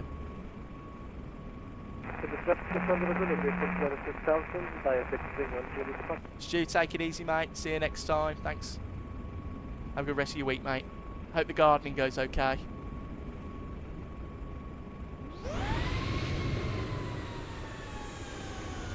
Oh. Bang. Alright guys, once again, thanks for joining me today. I really do appreciate it. Take care, stay safe, and I'll see you all again very soon in the next one.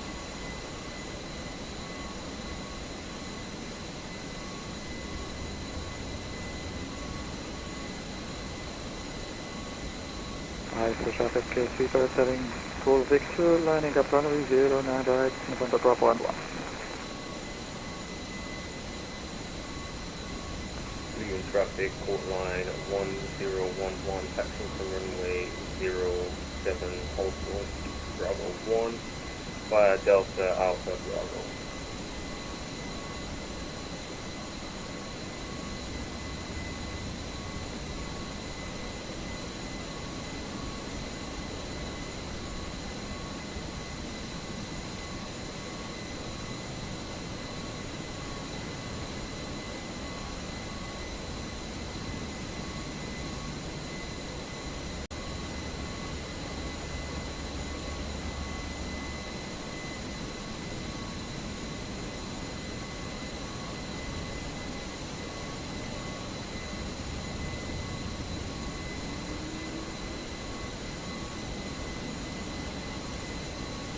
Transit traffic, service ILS runway 04, airspace 16 miles, transit traffic.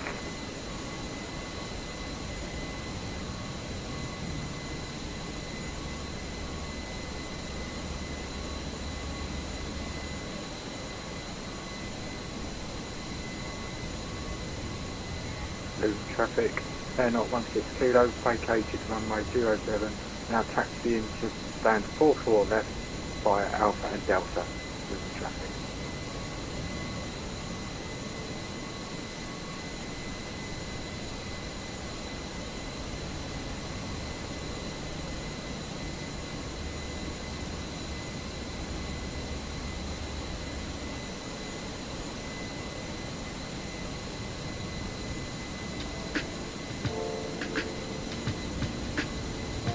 Traffic, Speaker, sorry, go Victor, rolling ground 09 right, everyone, Juliet.